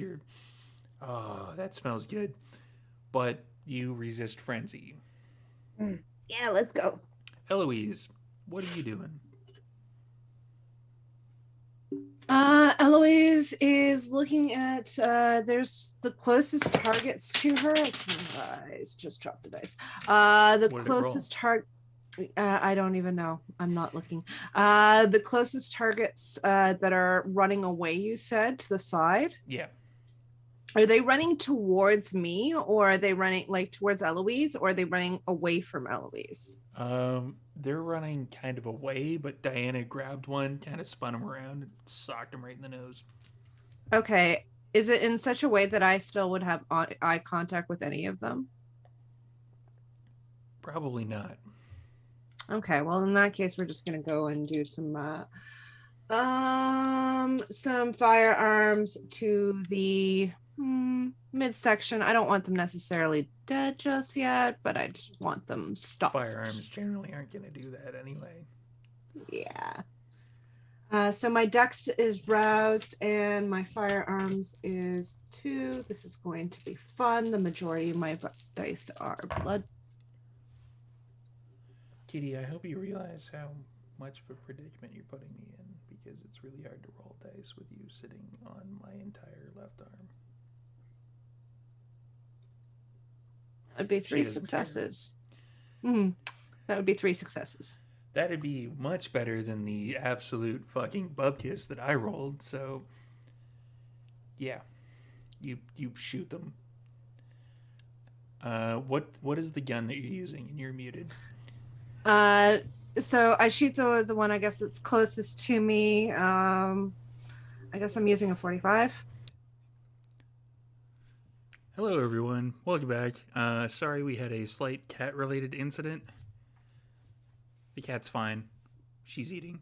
I believe we were on Eloise. Eloise had just taken her shot. Storyteller said Storyteller had bupkis. Storyteller's words, not mine. So you had And Eloise had 3 successes, successes. right? Yeah. So what was the gun? It was a 45, I think. We Yes. said. So Yep. 45, I believe that's a +2. So you get +2 on your successes for that. Yeah, I actually subtract the fortitude of the defender from all superficial damage sustained. That's not for you, though.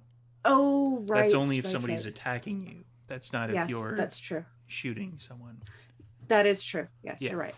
So if such were to happen that you were to get hit, that's when that comes into play. All right, so that'd be 5 minus 50%.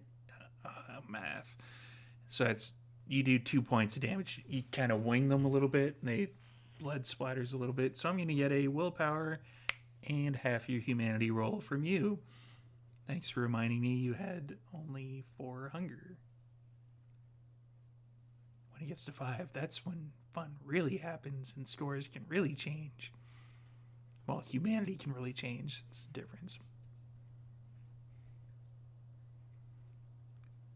So the combined pool is my unspent willpower Unspent and willpower. half of my actual humanity. Rounded All right. down. Correct.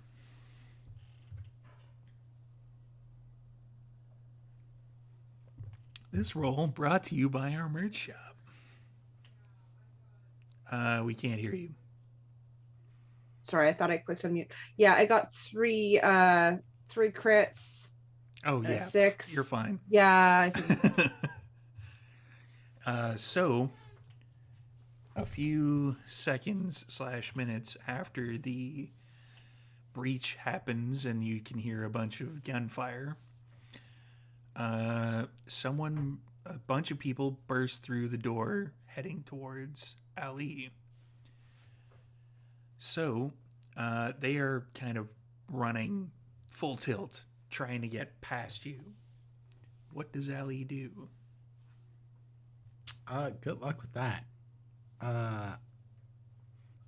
Cause then I started blasting. And then I just started firing. Right. Let's go for a roll. The Dex Camarilla and member, firearms. yeah, Dex and firearms. Camarilla member beside you is also making that shot. Rouse my dex. I'm going to fail, but my hunger only goes up to 1. You kind of feel that tingling in the back of your head again. Like, hey man, Oh hush! You're not even really hungry. you should probably eat somebody. Probably some of these guys. That one even looks like a gangrel. I'm just going to ignore you because if I listen to you every time, then we'd be in this situation where we're just offing people, and we can do better than that most of the time. Can you though?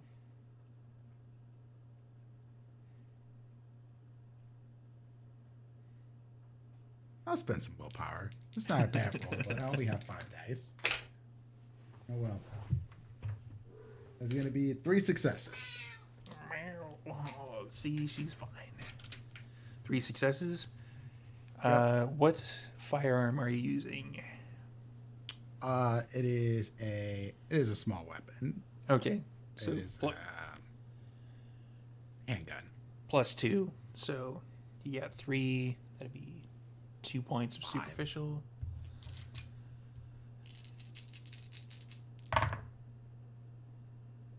Yeah, you shot them.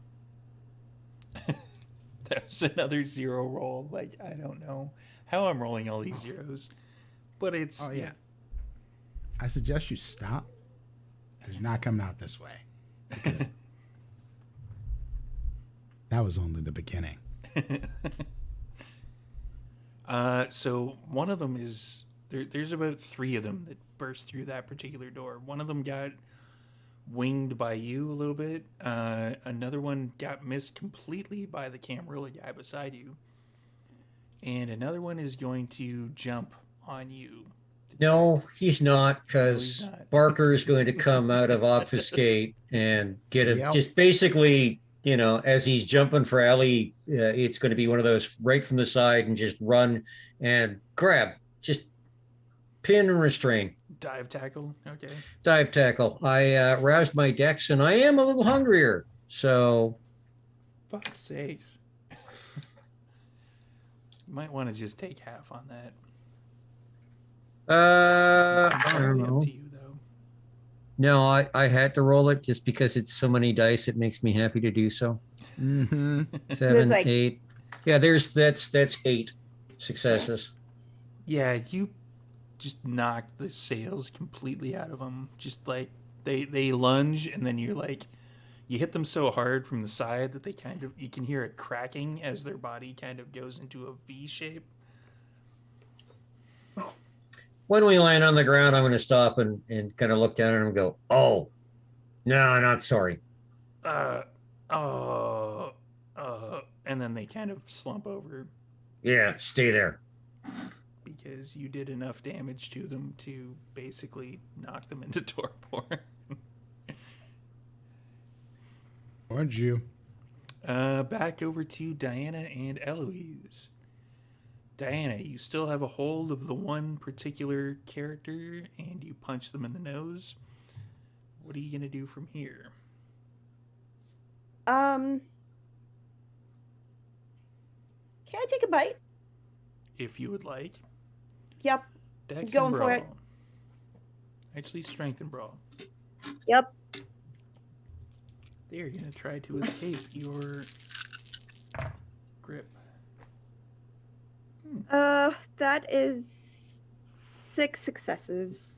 You barely grabbed onto them. They rolled a crit and another success for 5. How much blood are you taking from this particular character?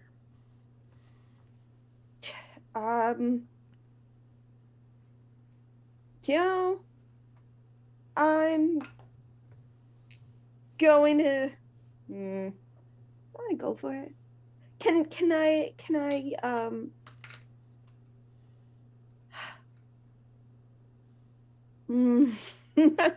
I'm gonna. Yeah, I'm gonna drain him. This I'll is take one it. way to get out of becoming the Toreador primogen. Or I'm like, I'm gonna wait. Not. I'm gonna wait. No, I have 4, right? Let me double check that. For hunger, yeah. 4 hunger. Okay, I'll take 2 out of them. So you're not going to go all the way? No, not all the way. I'm gonna take 2 out of them. I'm still going to get you to roll a willpower check. Yep. Just willpower? Oops. Ow. Willpower and half humanity. Right. Are they Just all to see if you with frenzy hunger and dice? Eat them all. No, Oh, that's there's fair. no hunger dice in this roll. Okay, there's no hunger dice in that one. Okay, let me. I knew that. Just one double check. Do I? That's 4 successes. Yeah, you're able to resist. Once you latch onto them, at first your brain is, the lizard brain takes over and you're like, oh, this is great, I'm going to drink it all. And then you're like, maybe not. It starts off like, I'm going to drink it all, but then, maybe not. Yeah. Maybe I won't. Maybe I won't. Toreador problems. Toreador problems. Eloise. Eloise notices that she didn't quite get the shot, so she is now running after the ones that are getting away. Can she take another shot Yes. while running? Yes. Okay. So that's dexterity and firearms.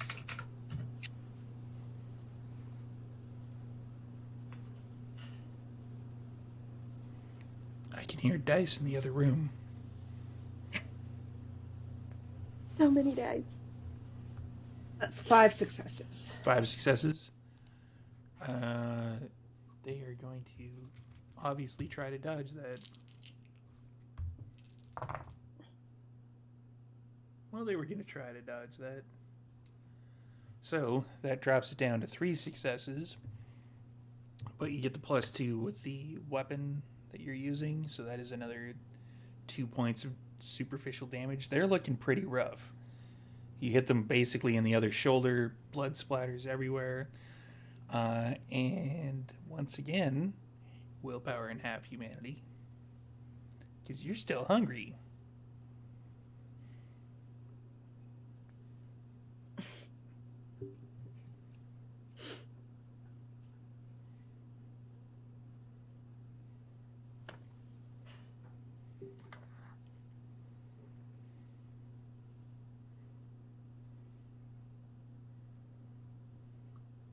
That's 4 successes with a crit. Easily enough to resist.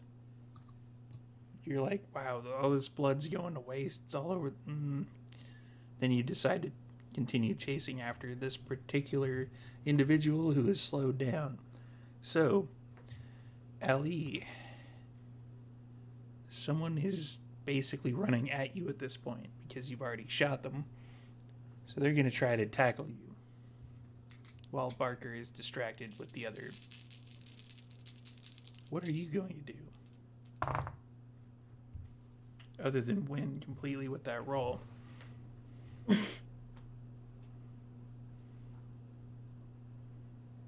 You know what? If they try to tackle me, instead of dodging really out of the way, I'm just going to grab them and burning touch them.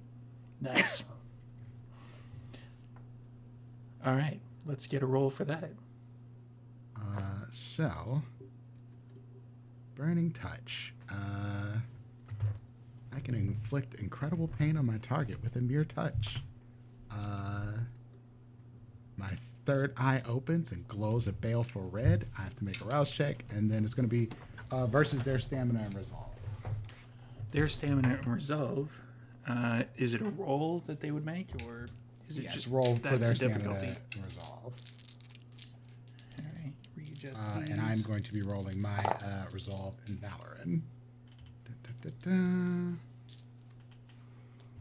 That is how many dice for me? Okay. Probably a lot. It is several.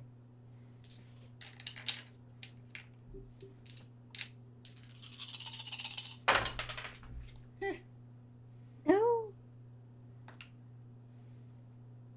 Christ. Okay, I'm going to blow some willpower. That definitely could have gone better.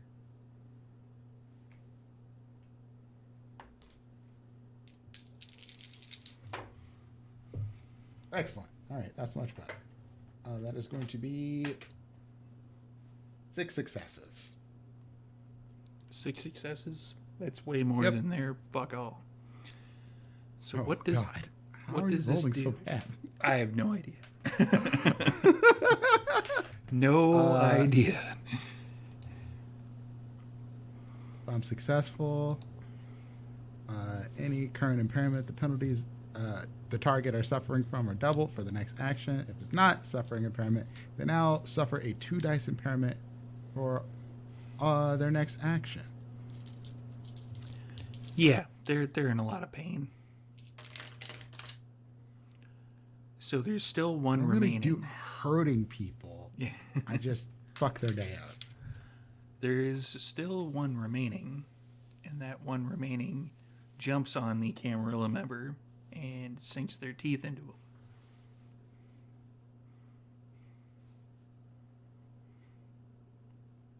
So we're going to go back to the other side. Actually, Barker, it's your turn. Yeah.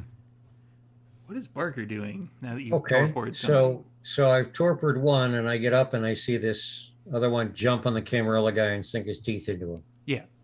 One tried to jump on Ali and tackle him, but Yeah. Ali opened up the third eye and kind of Did something hinky. Okay, cool. a subdued light came from his headband, and then the other guy was like, ah! Okay. I'm going to rouse prowess and go over and peel this guy off the Camarilla person. All right. You rouse check. I did, and I passed. All right. How are we peeling? I'm going to grab him by the head, the forehead, and the face, and just, I don't care that he's taking a chunk of throat or shoulder with him or whatever. I'm just peeling him off. Like opening a can of tuna. Here, Just here, like, I'll rescue you. Oh, look at that. Darn, huh? So give me a brawl and a strength roll. And I'll rouse my strength successfully for that because I had roused my dexter earlier, and that wouldn't apply. So that will be okay. All right. Ooh. Wow. Holy crap. Like 5 6s. I'll take it. So six successes total. plus 2 for the prowess. 6 successes. Yep. They basically got no defense. So you kind of peel them off as they take a chunk of the Camarilla member with them. As I peel them off, I'm going to spit it out. You don't know where spit it out. Spit it. What do you got in your face? Spit it out. Spit it out. So let's Are flip you trying over to burp to him, Barker? let's flip it over to Diana and Eloise. Diana, are you still drinking, or are you just gonna? Is he fighting back? He will be fighting back. Yeah. Are you good? Okay, maybe I'll punch him again for good measure. All right. Like, I'm done with you. They are gonna try to punch back. Notice I said try.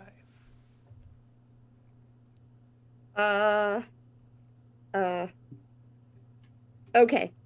1, 2, 3, 4. Should I should probably re-roll those blanks with the willpower. I can re-roll Gotta up to spin 3. it. I can re-roll up to 3 with willpower. Up to 3, yeah. Okay. Well, that's unfortunate for that one. Oh, nice. 2, 1, 2, 3. Wait, I know how to count. 6. 6 6 successes. successes. Yeah. And the punch. So Yep. let's see. 6 successes minus the 2 that I got, so it's 4 plus your potence, which I believe is 2. Yep. Okay. You So didn't even taste that good. Ugh. back up to 6. You just punch them. Yeah, they kind of drop a little bit. That is more than enough damage to put them in the torpor. Okay. She knocks him out and is like, looks around. It's like, come on, who's next? There really isn't anybody else Yes. other than the one that Eloise is jumping after. Speaking of Eloise, Has Eloise caught up to this very wounded kindred just yet? yeah, they're slowing down, so you'd be able to catch up to them fairly easily.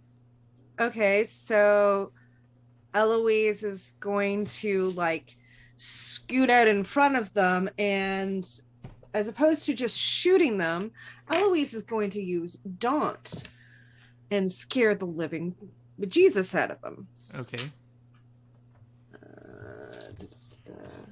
let's double check. So I think it's manipulation and presence. Am I correct? That makes sense.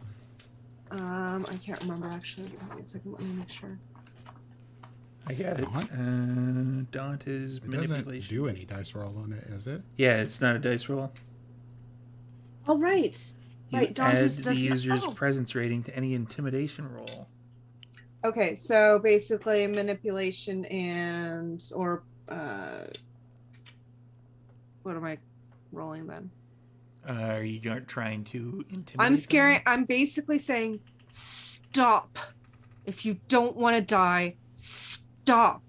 Give me a manipulation and intimidation roll. Okay.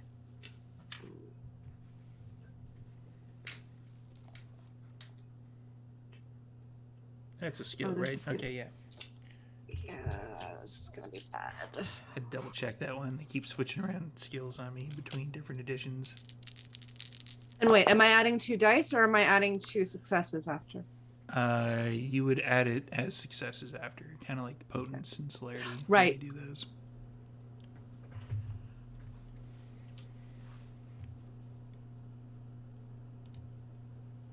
We got 4 successes. They stop dead in their tracks. They're like,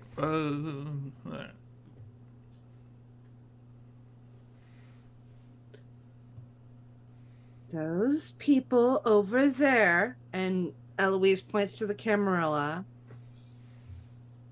will take care of you. If you move, I will shoot you again. And this time it's going to hurt a lot more. Yeah, they stop moving. Eventually, some Camarilla guys come over and just kick the crap out of them. All yours. Always says the Camarilla, and then starts heading toward. Like, is there anybody else around? There really isn't. Okay, The so Camarilla Eloise has is. basically cleared out a lot of them, and then there's the others that are over by Ellie and Barker. Okay, so Eloise is gonna start moving towards that door because she's probably gonna see that it's been opened already, and she's gonna start moving towards it. Speaking of Ellie and Barker, there's still that one guy that's kind of wrapped around Ali a little bit, but he's screaming in pain. He's not having a good time.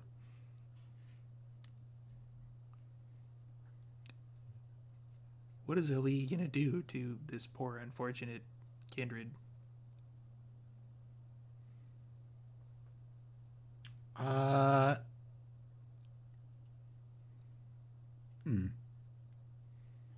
Probably cap him in the back of the head. That's fair. He's gonna try to avoid that if it's all the same to everybody else. Yeah, good for him. I mean, ooh, ow. Yeah, you pretty much do it. I don't know. I'm gonna blow willpower. I don't know about that. Okay, that made all the difference in the world. That went from 1 success to 4 successes. Yeah, you're able to do it. He kind of ducks his head a little bit. You miss. You catch like a lot of his neck. It kind of splatters all over your shoes. He's like and then falls Worst things over. have been on my shoes tonight. That's fair. That is totally fair.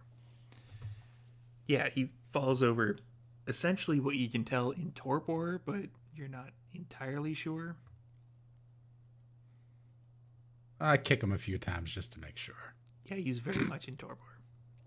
All right, cool. You got yours, Barker? Yeah, I'm going to hold him up by the head and go, yeah, I got, well, one. And then that one over there broke. Oops. Yeah, the other one's kind of in a V formation. Doesn't quite look that the top half is entirely connected to the bottom half anymore. Except for the fleshy, gooey bits. And Wow. it seems like everything is pretty much cleared out of the actual building itself for Eloise and Diana. The Camarilla came in, swept it. Looks like it's pretty much taken care of.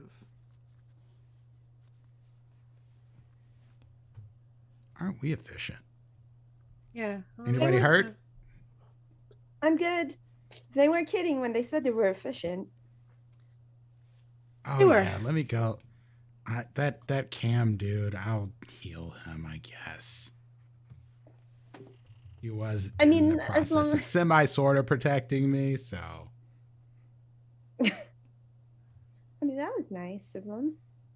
And Try. she looks down and just kind of like, ooh. Yeah, there's a big kind of chunk missing out of his neck. Oh, that's not fun. He's does like, this actually do healing? I think I'm good. I think I'm. Doesn't look Nope, that only bad, does fixes it? willpower. Yeah. Sorry?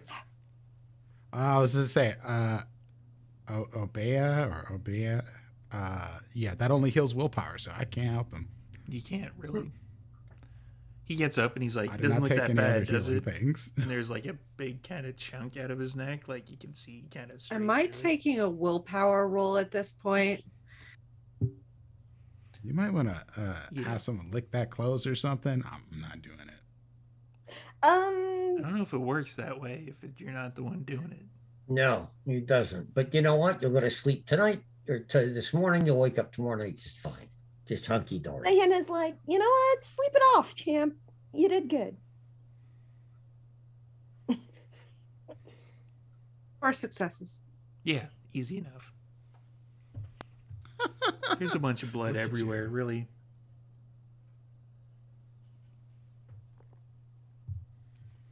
All right, I think we did good. Now, where's the Primogen?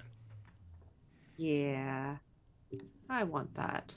The head guy is there. He's like, "Oh yeah, we got word."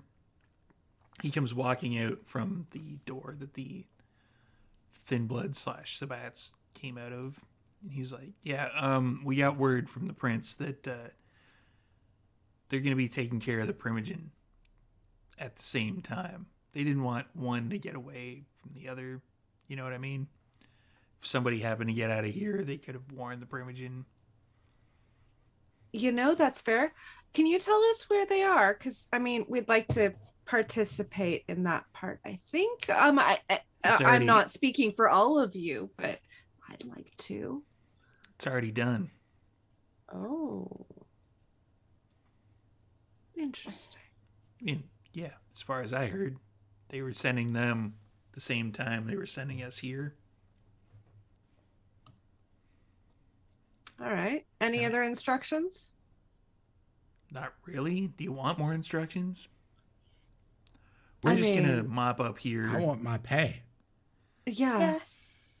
We should go back and address the subject of payment. Indeed. We're not going to get our answers or our payment here.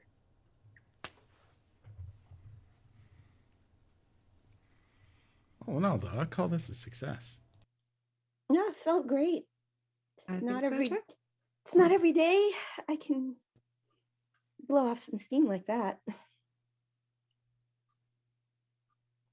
Can't believe you tried to tackle me. What does he think?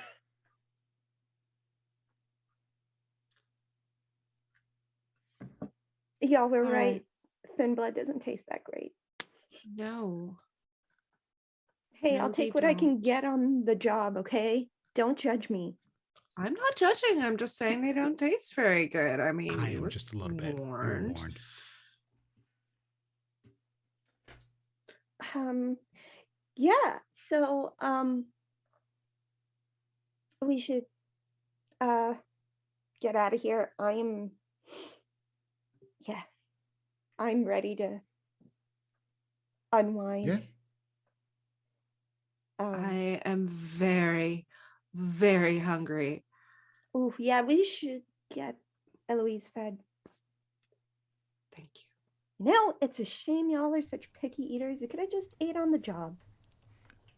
Doesn't taste right. Just doesn't taste right. I'm picky about a gives lot me- of things, but it's not about my food. It's fine. Yeah, but it does a thing to my stomach, Oh, you've got one of those sensitive stomachs. Oh. Yeah, unfortunately. It's the whole Ventru thing, right? Like y'all are super picky eaters. I mean, it's not so bad if you're in the right company and you've got the right place. Hey, your cam guy here. Do you know what clan he is? Are you going to ask? Has the cam guy been listening to our conversation? He hasn't moved. Okay, then never mind. No. Eloise has not asked any of this. Eloise has not voiced any of this because that would be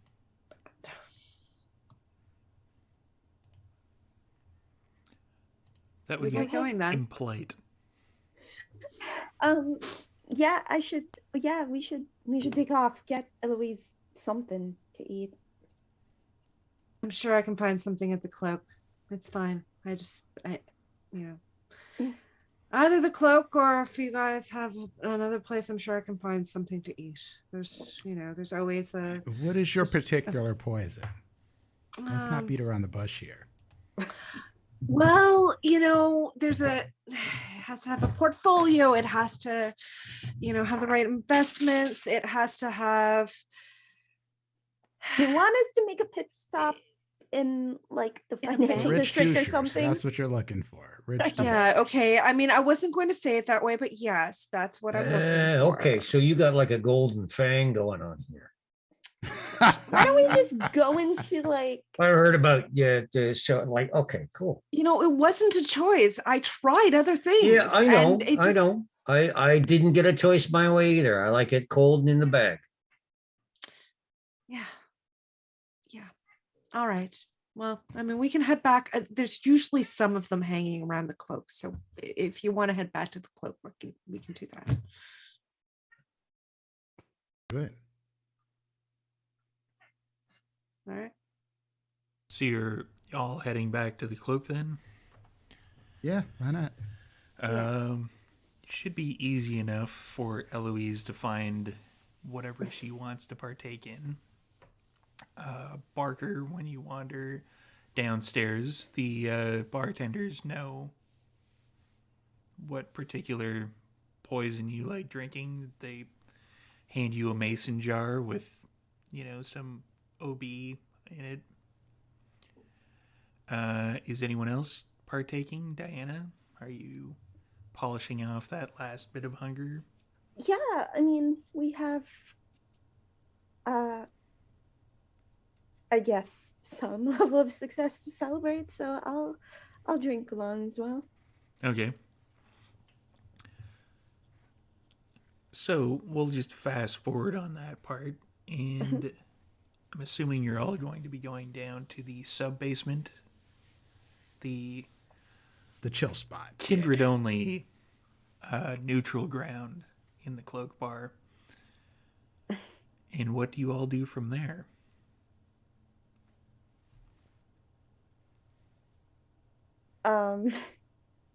I think Eloise is going to turn around to Diana and say, if she makes you primogen, that's going to mess up a lot of stuff around here. I mean, I'm not saying don't do it.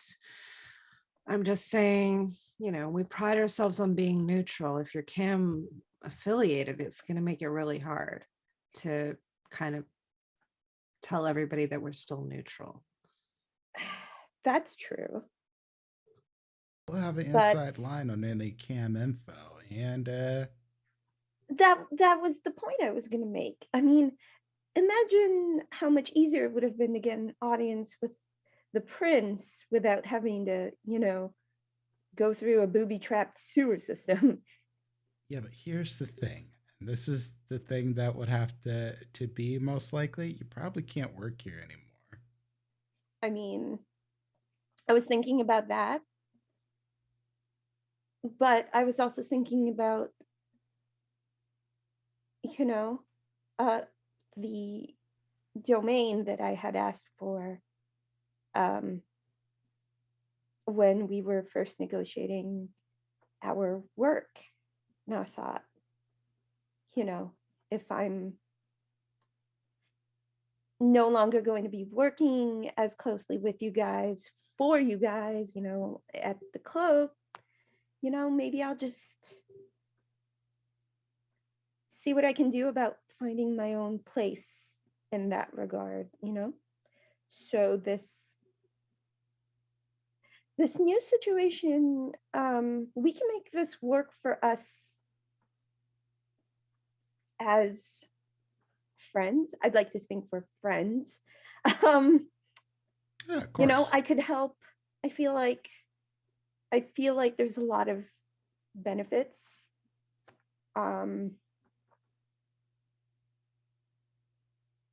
So I mean, I will. I was trying to sound really cool and non-committal to the prince when I said what I said, but I really just needed time to actually consider it. So, it's not a decision I will make lightly. But I did wanted to tell you, like, I wanted to talk to you guys before I actually said, hey, I'm gonna go to the other Toreador because I want to be primogen. It's a place of significant power. I don't blame you. It's a place of significant power I could use to help you guys. That's really the thought that I was thinking.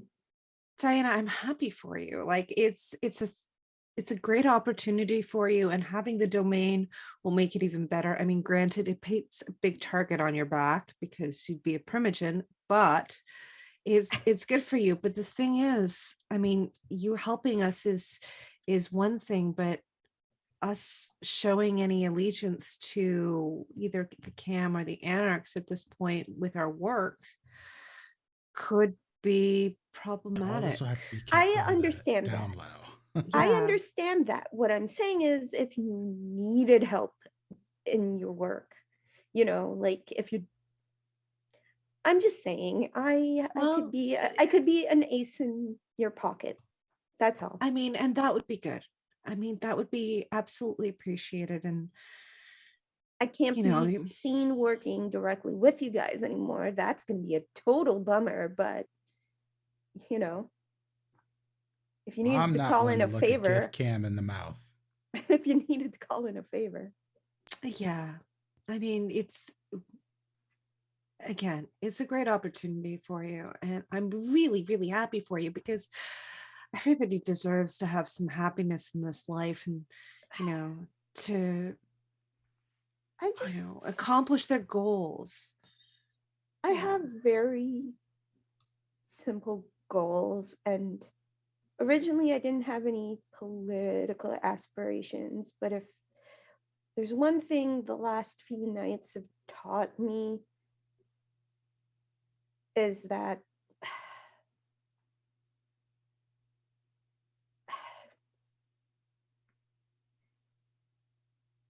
true neutrality is hard. It is really hard. And if I can help you guys, by taking this position, like, I think it would be great. And if it paints a target on me and not you guys, there's a lot of ways this could be good for everybody, even if this means I have to separate myself from everyone. A single trickle of blood comes down Eloise's cheek, and she just turns to Diana and says, "You've come so far, and I am so happy that we got a chance to work with you." Yeah, it's been an interesting, I can't even remember how many years, but no matter what happens from here on out, I'll keep an eye out for you guys as much as I can. Appreciate that. And yes, that means tomorrow night I'm gonna go let my clan know of my intent. Word about the former primogen is gonna spread pretty quickly, if it hasn't already. That's gonna be so weird. With that, there is kind of a ruckus that Barker would be the first to notice coming down the steps. I have heightened senses up. It's Jean-Francois. Oh, Goody. bonjour. How can we help? Is there a place where we can speak with your coterie, obviously?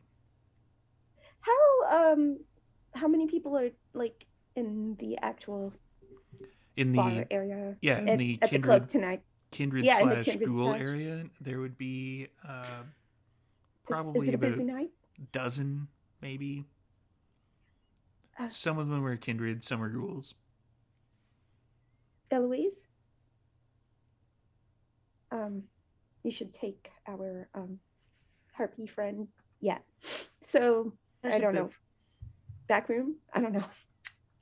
There's a booth. There's a booth. Oh yeah. Is this the booth with That's the booth that still has the bent metal part of the table. Still on my list. We've been busy the last It's only few been nights. a couple of days. Yeah. By all means, Jean-Francois, please have a seat.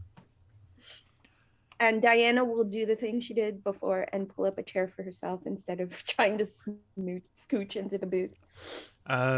Jean-Francois pulls a handkerchief out of the poofy shirt that he's wearing. He dusts off the seat and he like lays it out. And then he sits down, but he's perching. He's not actually like slouching into it. His ass is touching his handkerchief. For the love of Cain. It's all right, Ollie. Don't worry about it. And even Diana, who is also a Toreador, is extremely amused. Yes. The prince wanted me to show up. She gets in contact with me, obviously not the other way around, and congratulate you. Your information to her was extremely useful. And she's offering a major boon to the coterie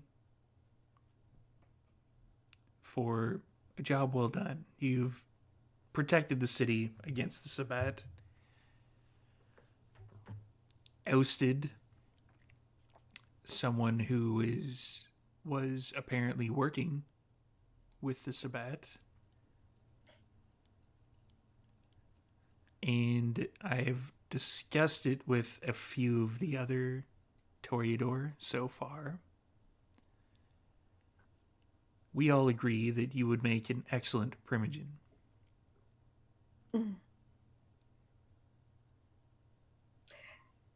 Diana looks to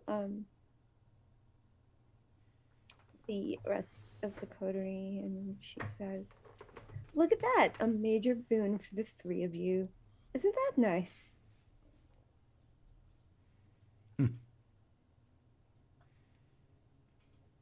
And then Diana will say, "I'm very flattered the clan thinks so highly of me considering my last showing at Elysium." And she like flashes back to the Mean Girls, the Toreador Mean Girls. Well, you also have to understand that once the word got around of the knowledge that you possessed of the former primogen, soon to be former primogen, it bent a few years in your direction, shall we say. For my benefit, storyteller, is there a like Toreador specific gathering or like some kind of meeting for the Camarilla Toreador? In general, club. Yeah, in general, they're called salons. Salons. Okay. So Dan will lean over towards Jean-Francois and she'll say, "I can't make any promises right now, but I will see you at the next salon." And this is very important because Diana doesn't typically show up to those. This is like the first time in like several months. Oh, I see. You're going to be making an appearance. How incredibly Toreador of you. See, we made the perfect choice.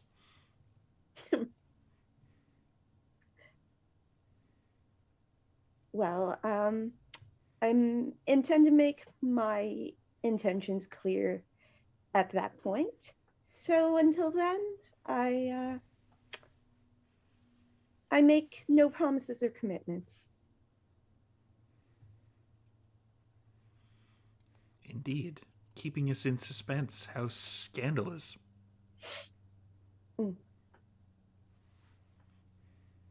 Eloise rolls her eyes. I think there's a like tandem eye roll. Even Barker from Obfuscate is rolling his eyes. There's a on Allie, the third eye even rolls. The third eye definitely rolls. So, a major boon. Is there anything else you've come all the way this way to tell us? No, there isn't. Just the the leaning, I suppose, would be the best way of saying it, in your direction for the Primogen ship.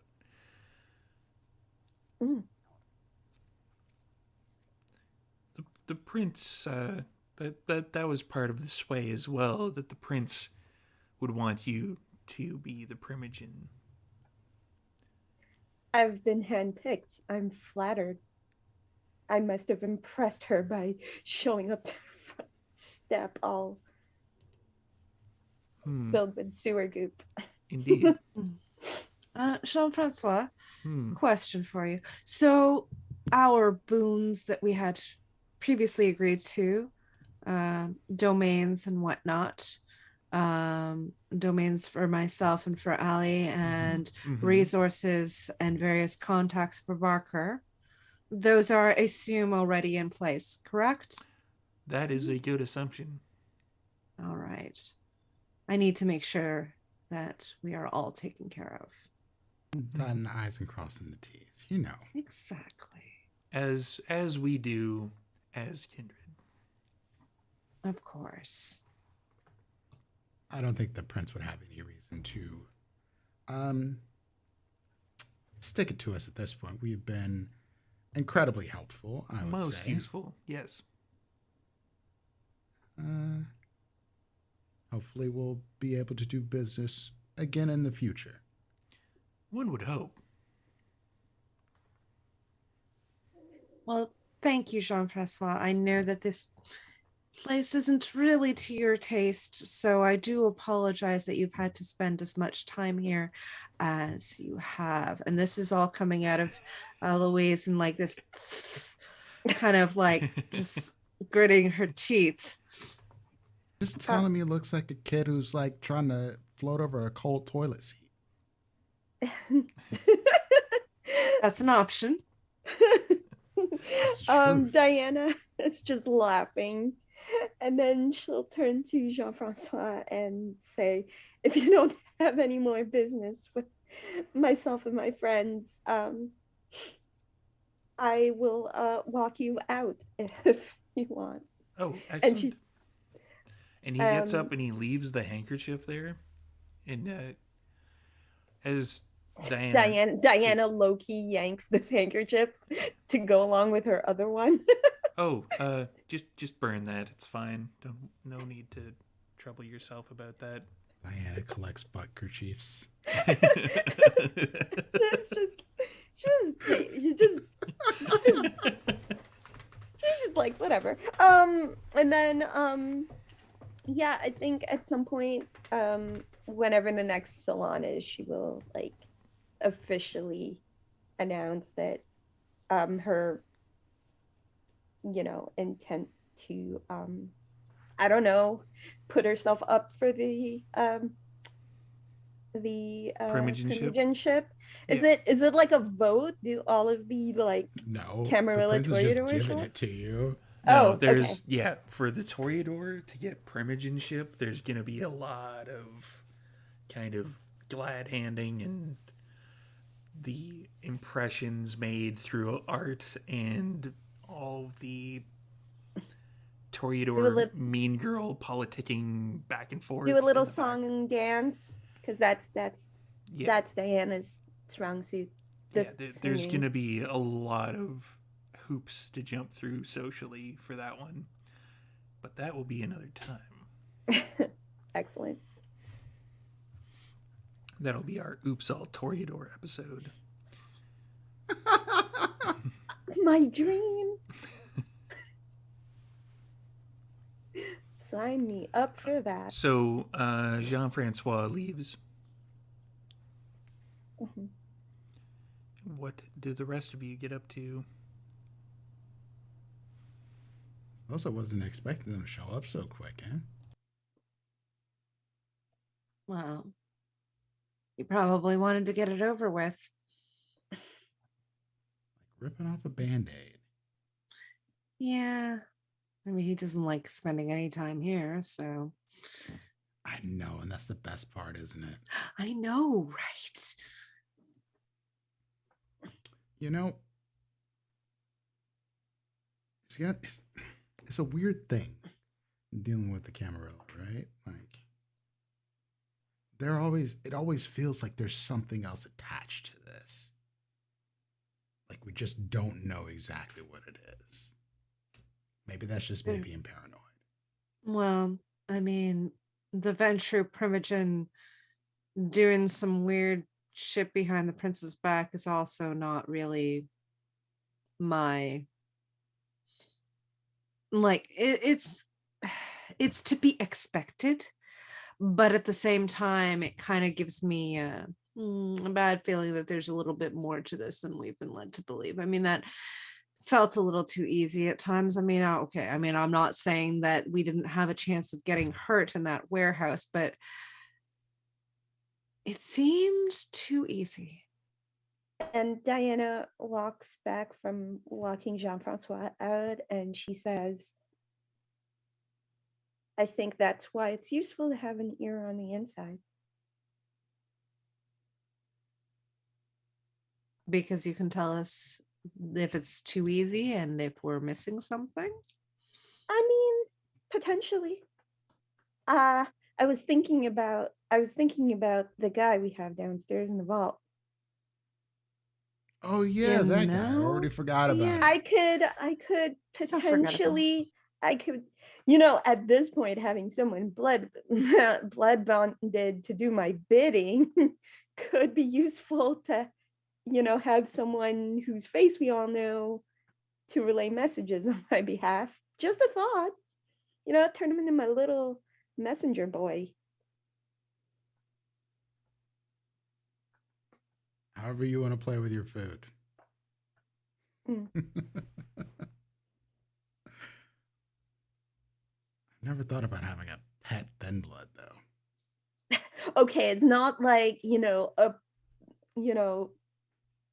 like a thoroughbred pet or anything. Like, I'm not saying it's the best pet, but it's a useful pet. I mean, I Like a chihuahua. on a scale of 1 to ghoul, I guess you're doing all right. Yeah. I mean, a ghoul would be more useful for like daytime stuff, but I have no interest in daytime stuff anyway. I mean, he said he could walk around outside unless it's like high noon. That's true. I still don't even have any use for it during the day. Isn't that freaky though? Does that bother anybody else just thinking about it? Like, A little. I mean, it's been hundreds of years of me being around, and still the vampire lore and books and stuff, it still sticks in my head. I'm like, we don't walk outside in the sunlight. And then these guys come along and they're like, hey, we walk outside during the sunlight. Yeah. I mean, sure, the blood's a little more diluted than ours. They're not that special. I have punched the lights out of one tonight. They're not a big deal to me. Honestly, it weirds me out to like watch the sun on a video on the television. It's strange. I mean, some of them can eat food, and as I've said, I mean, there's certain things you still remember, even decades or even 100 years later, you still remember the taste of certain things, like the taste of a good wine. And I know that, occasionally when everything aligns properly, we can have a sip or two and, pay for it an hour later, but it's not the same. It's just not the same. Some good cheese. I used to go to the St. Lawrence market and get my cheese and get my bread Oh, so delicious when they baked it fresh. And oh my, okay, I'm going to stop Are you this. so hungry, Eloise? Ah, yeah. And, Are I'm you always okay? hungry. Yeah. I'm always hungry. Maybe. That's the Yeah, thing. We're yeah. always Yeah, that's true. hungry. Mm, yeah. Never goes away. I try not to think about it too much. Yeah.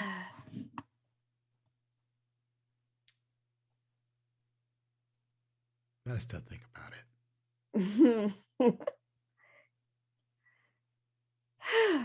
Yeah.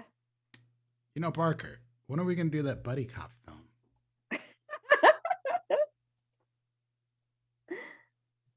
What?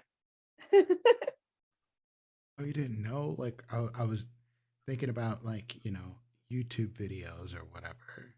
Isn't that what the kids do today? We make our own film. Sure, we'll go viral. No, viral in my world means something else, and I don't appear on camera. But thank you much for the offer. That's a wonderful thought. Are you considering going? I have a face for radio, and we'll stick there. They do have podcasts. Oh, we could do like a podcast. Are you considering going into content creation, Ollie? No, I'm absolutely not. I'm just thinking about, like, we got new homes and territory and such. I'm about to move my office. I have a bigger office. To hire help. Yeah, there's one more thing that I forgot that I asked about. Which Eloise has a line to Jean-Francois. Okay, Eloise gives a really quick call to Jean-Francois and says to the rest of the crew, just give me 1 second. There's one more thing that I asked for that I'm hoping that I might be able to finally get. Hello, so who is it? Bonjour, Eloise here. Bonjour. Buongiorno. I asked for one more thing from the prince. Oh. And I'm not sure if that message got to her. I wanted information because I think she knows some things about certain crimes that happened. And I want to make the people who did this pay finally. Oh. Did she say anything? She did. Oh, really? You neglected to mention that. What did she say? She said it was the Primogen. And she didn't give me the opportunity to deal with it. No.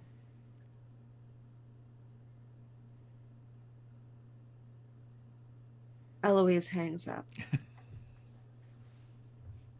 Is everything okay? Eloise looks at the rest of the coterie and says, no, it's not okay. This is war. This cannot be forgiven. The prince is done. The prince didn't let me have mine. The prince didn't let me have my revenge. And for that, she will pay. And that's a good point to get off this particular episode and this particular short series. On the threat of vengeance against the prince. And then there was violence. More violence. So it may be continued at some point. Who knows? We might get all this crew back together again and have Cliff sandblast off half of his face.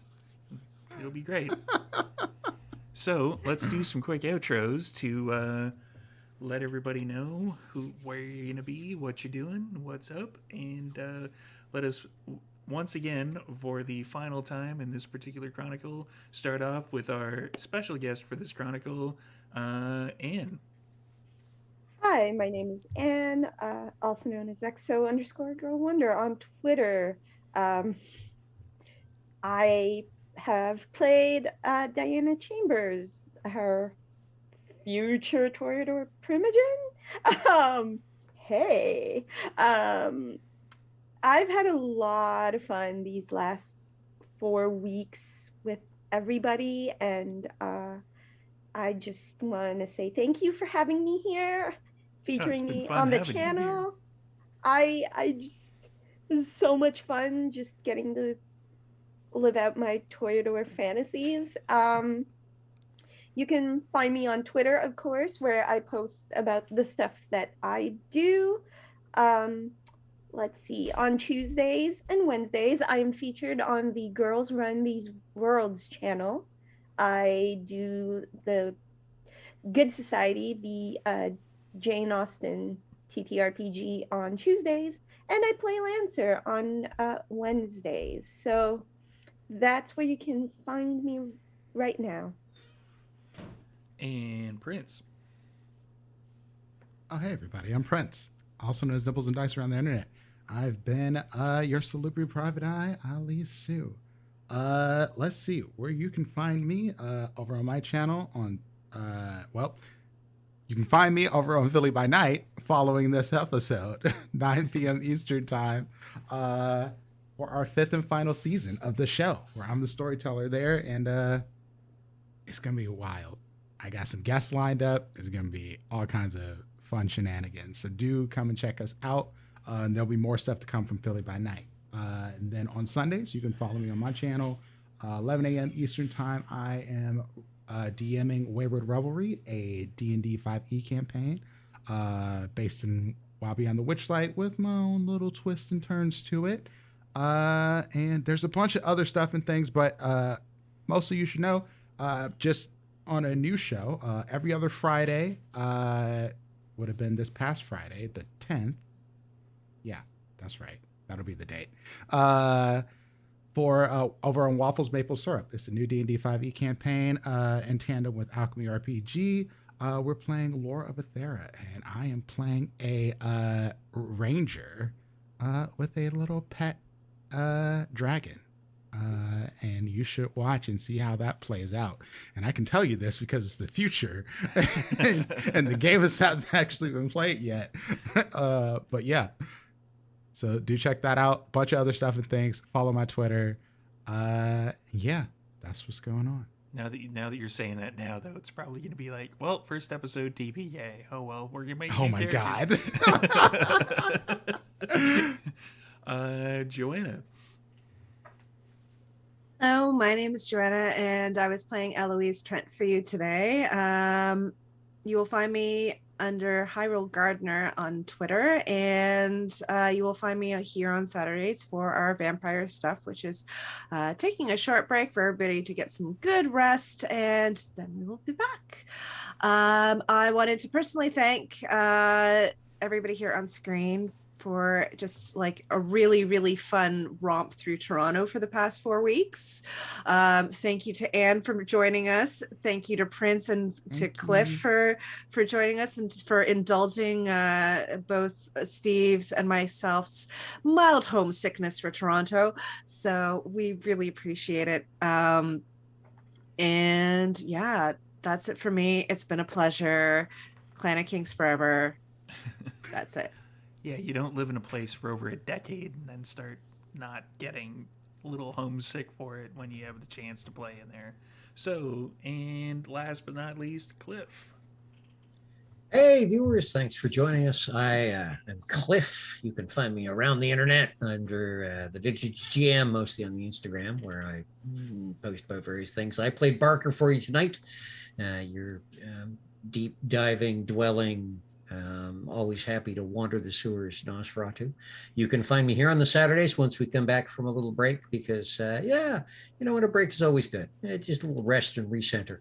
You'll also find me on, you will have seen our season finale for the other Toronto game on this channel. Toronto by Day, Tales from the Rookery, our Changeling 20th Anniversary Chronicle. It just wrapped its second season. We're going to take a break of a little bit of the summer to allow people to get out and enjoy themselves, and then we'll be coming back. We'll let you know when, with a third season with a lot of promise. And there are a few other things. Also every second Wednesday, would have been last Wednesday, so again in a week and a half, I'm on Dark Sanded Tabletop channel playing my own venture, with a bit of a twist, in Tucson by Night. And there are plans. Things will be happening. Is he also super rich? Not stinking filthy rich. He doesn't hit at hundreds. He ends at 50s, but they're American 50s, so that's like $2,000 Canadian. I was gonna say that's at least 100 Canadian. So. Yeah, It all comes out in the wash. Yeah, well, yeah, especially the way he does it. And this guy's Storyteller Steve. So we've got a bunch of stuff that is being planned. We're taking a bit of a hiatus on a bunch of the stuff. We're going to be coming back for some more Vancouver by Night for that particular cliffhanger to see what happens in probably about a month or so. It's going to be, we're still on a bit of a break from that. Changeling will be back as soon as they can get back. The Friday D&D game is still on Fridays. We might do some one-shots here and there just to kind of fill the space that we are currently in, but not this week coming up. It'll be probably the week after or a bit later. Yeah, that's pretty much it for this channel. So we are going to raid over to Philly by Night in just a few minutes. Keep an eye out. When you get over there, I keep forgetting to say this, click on the Rolling D20s underneath it. That transfers you over so that Twitch can give your viewership to all the fine people over at Rolling D20s.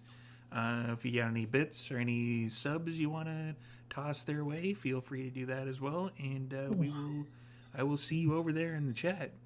So have a good night, everybody, and we are done for now in the world of darkness in Toronto, but that doesn't mean we're totally done there. Have a good night, everybody.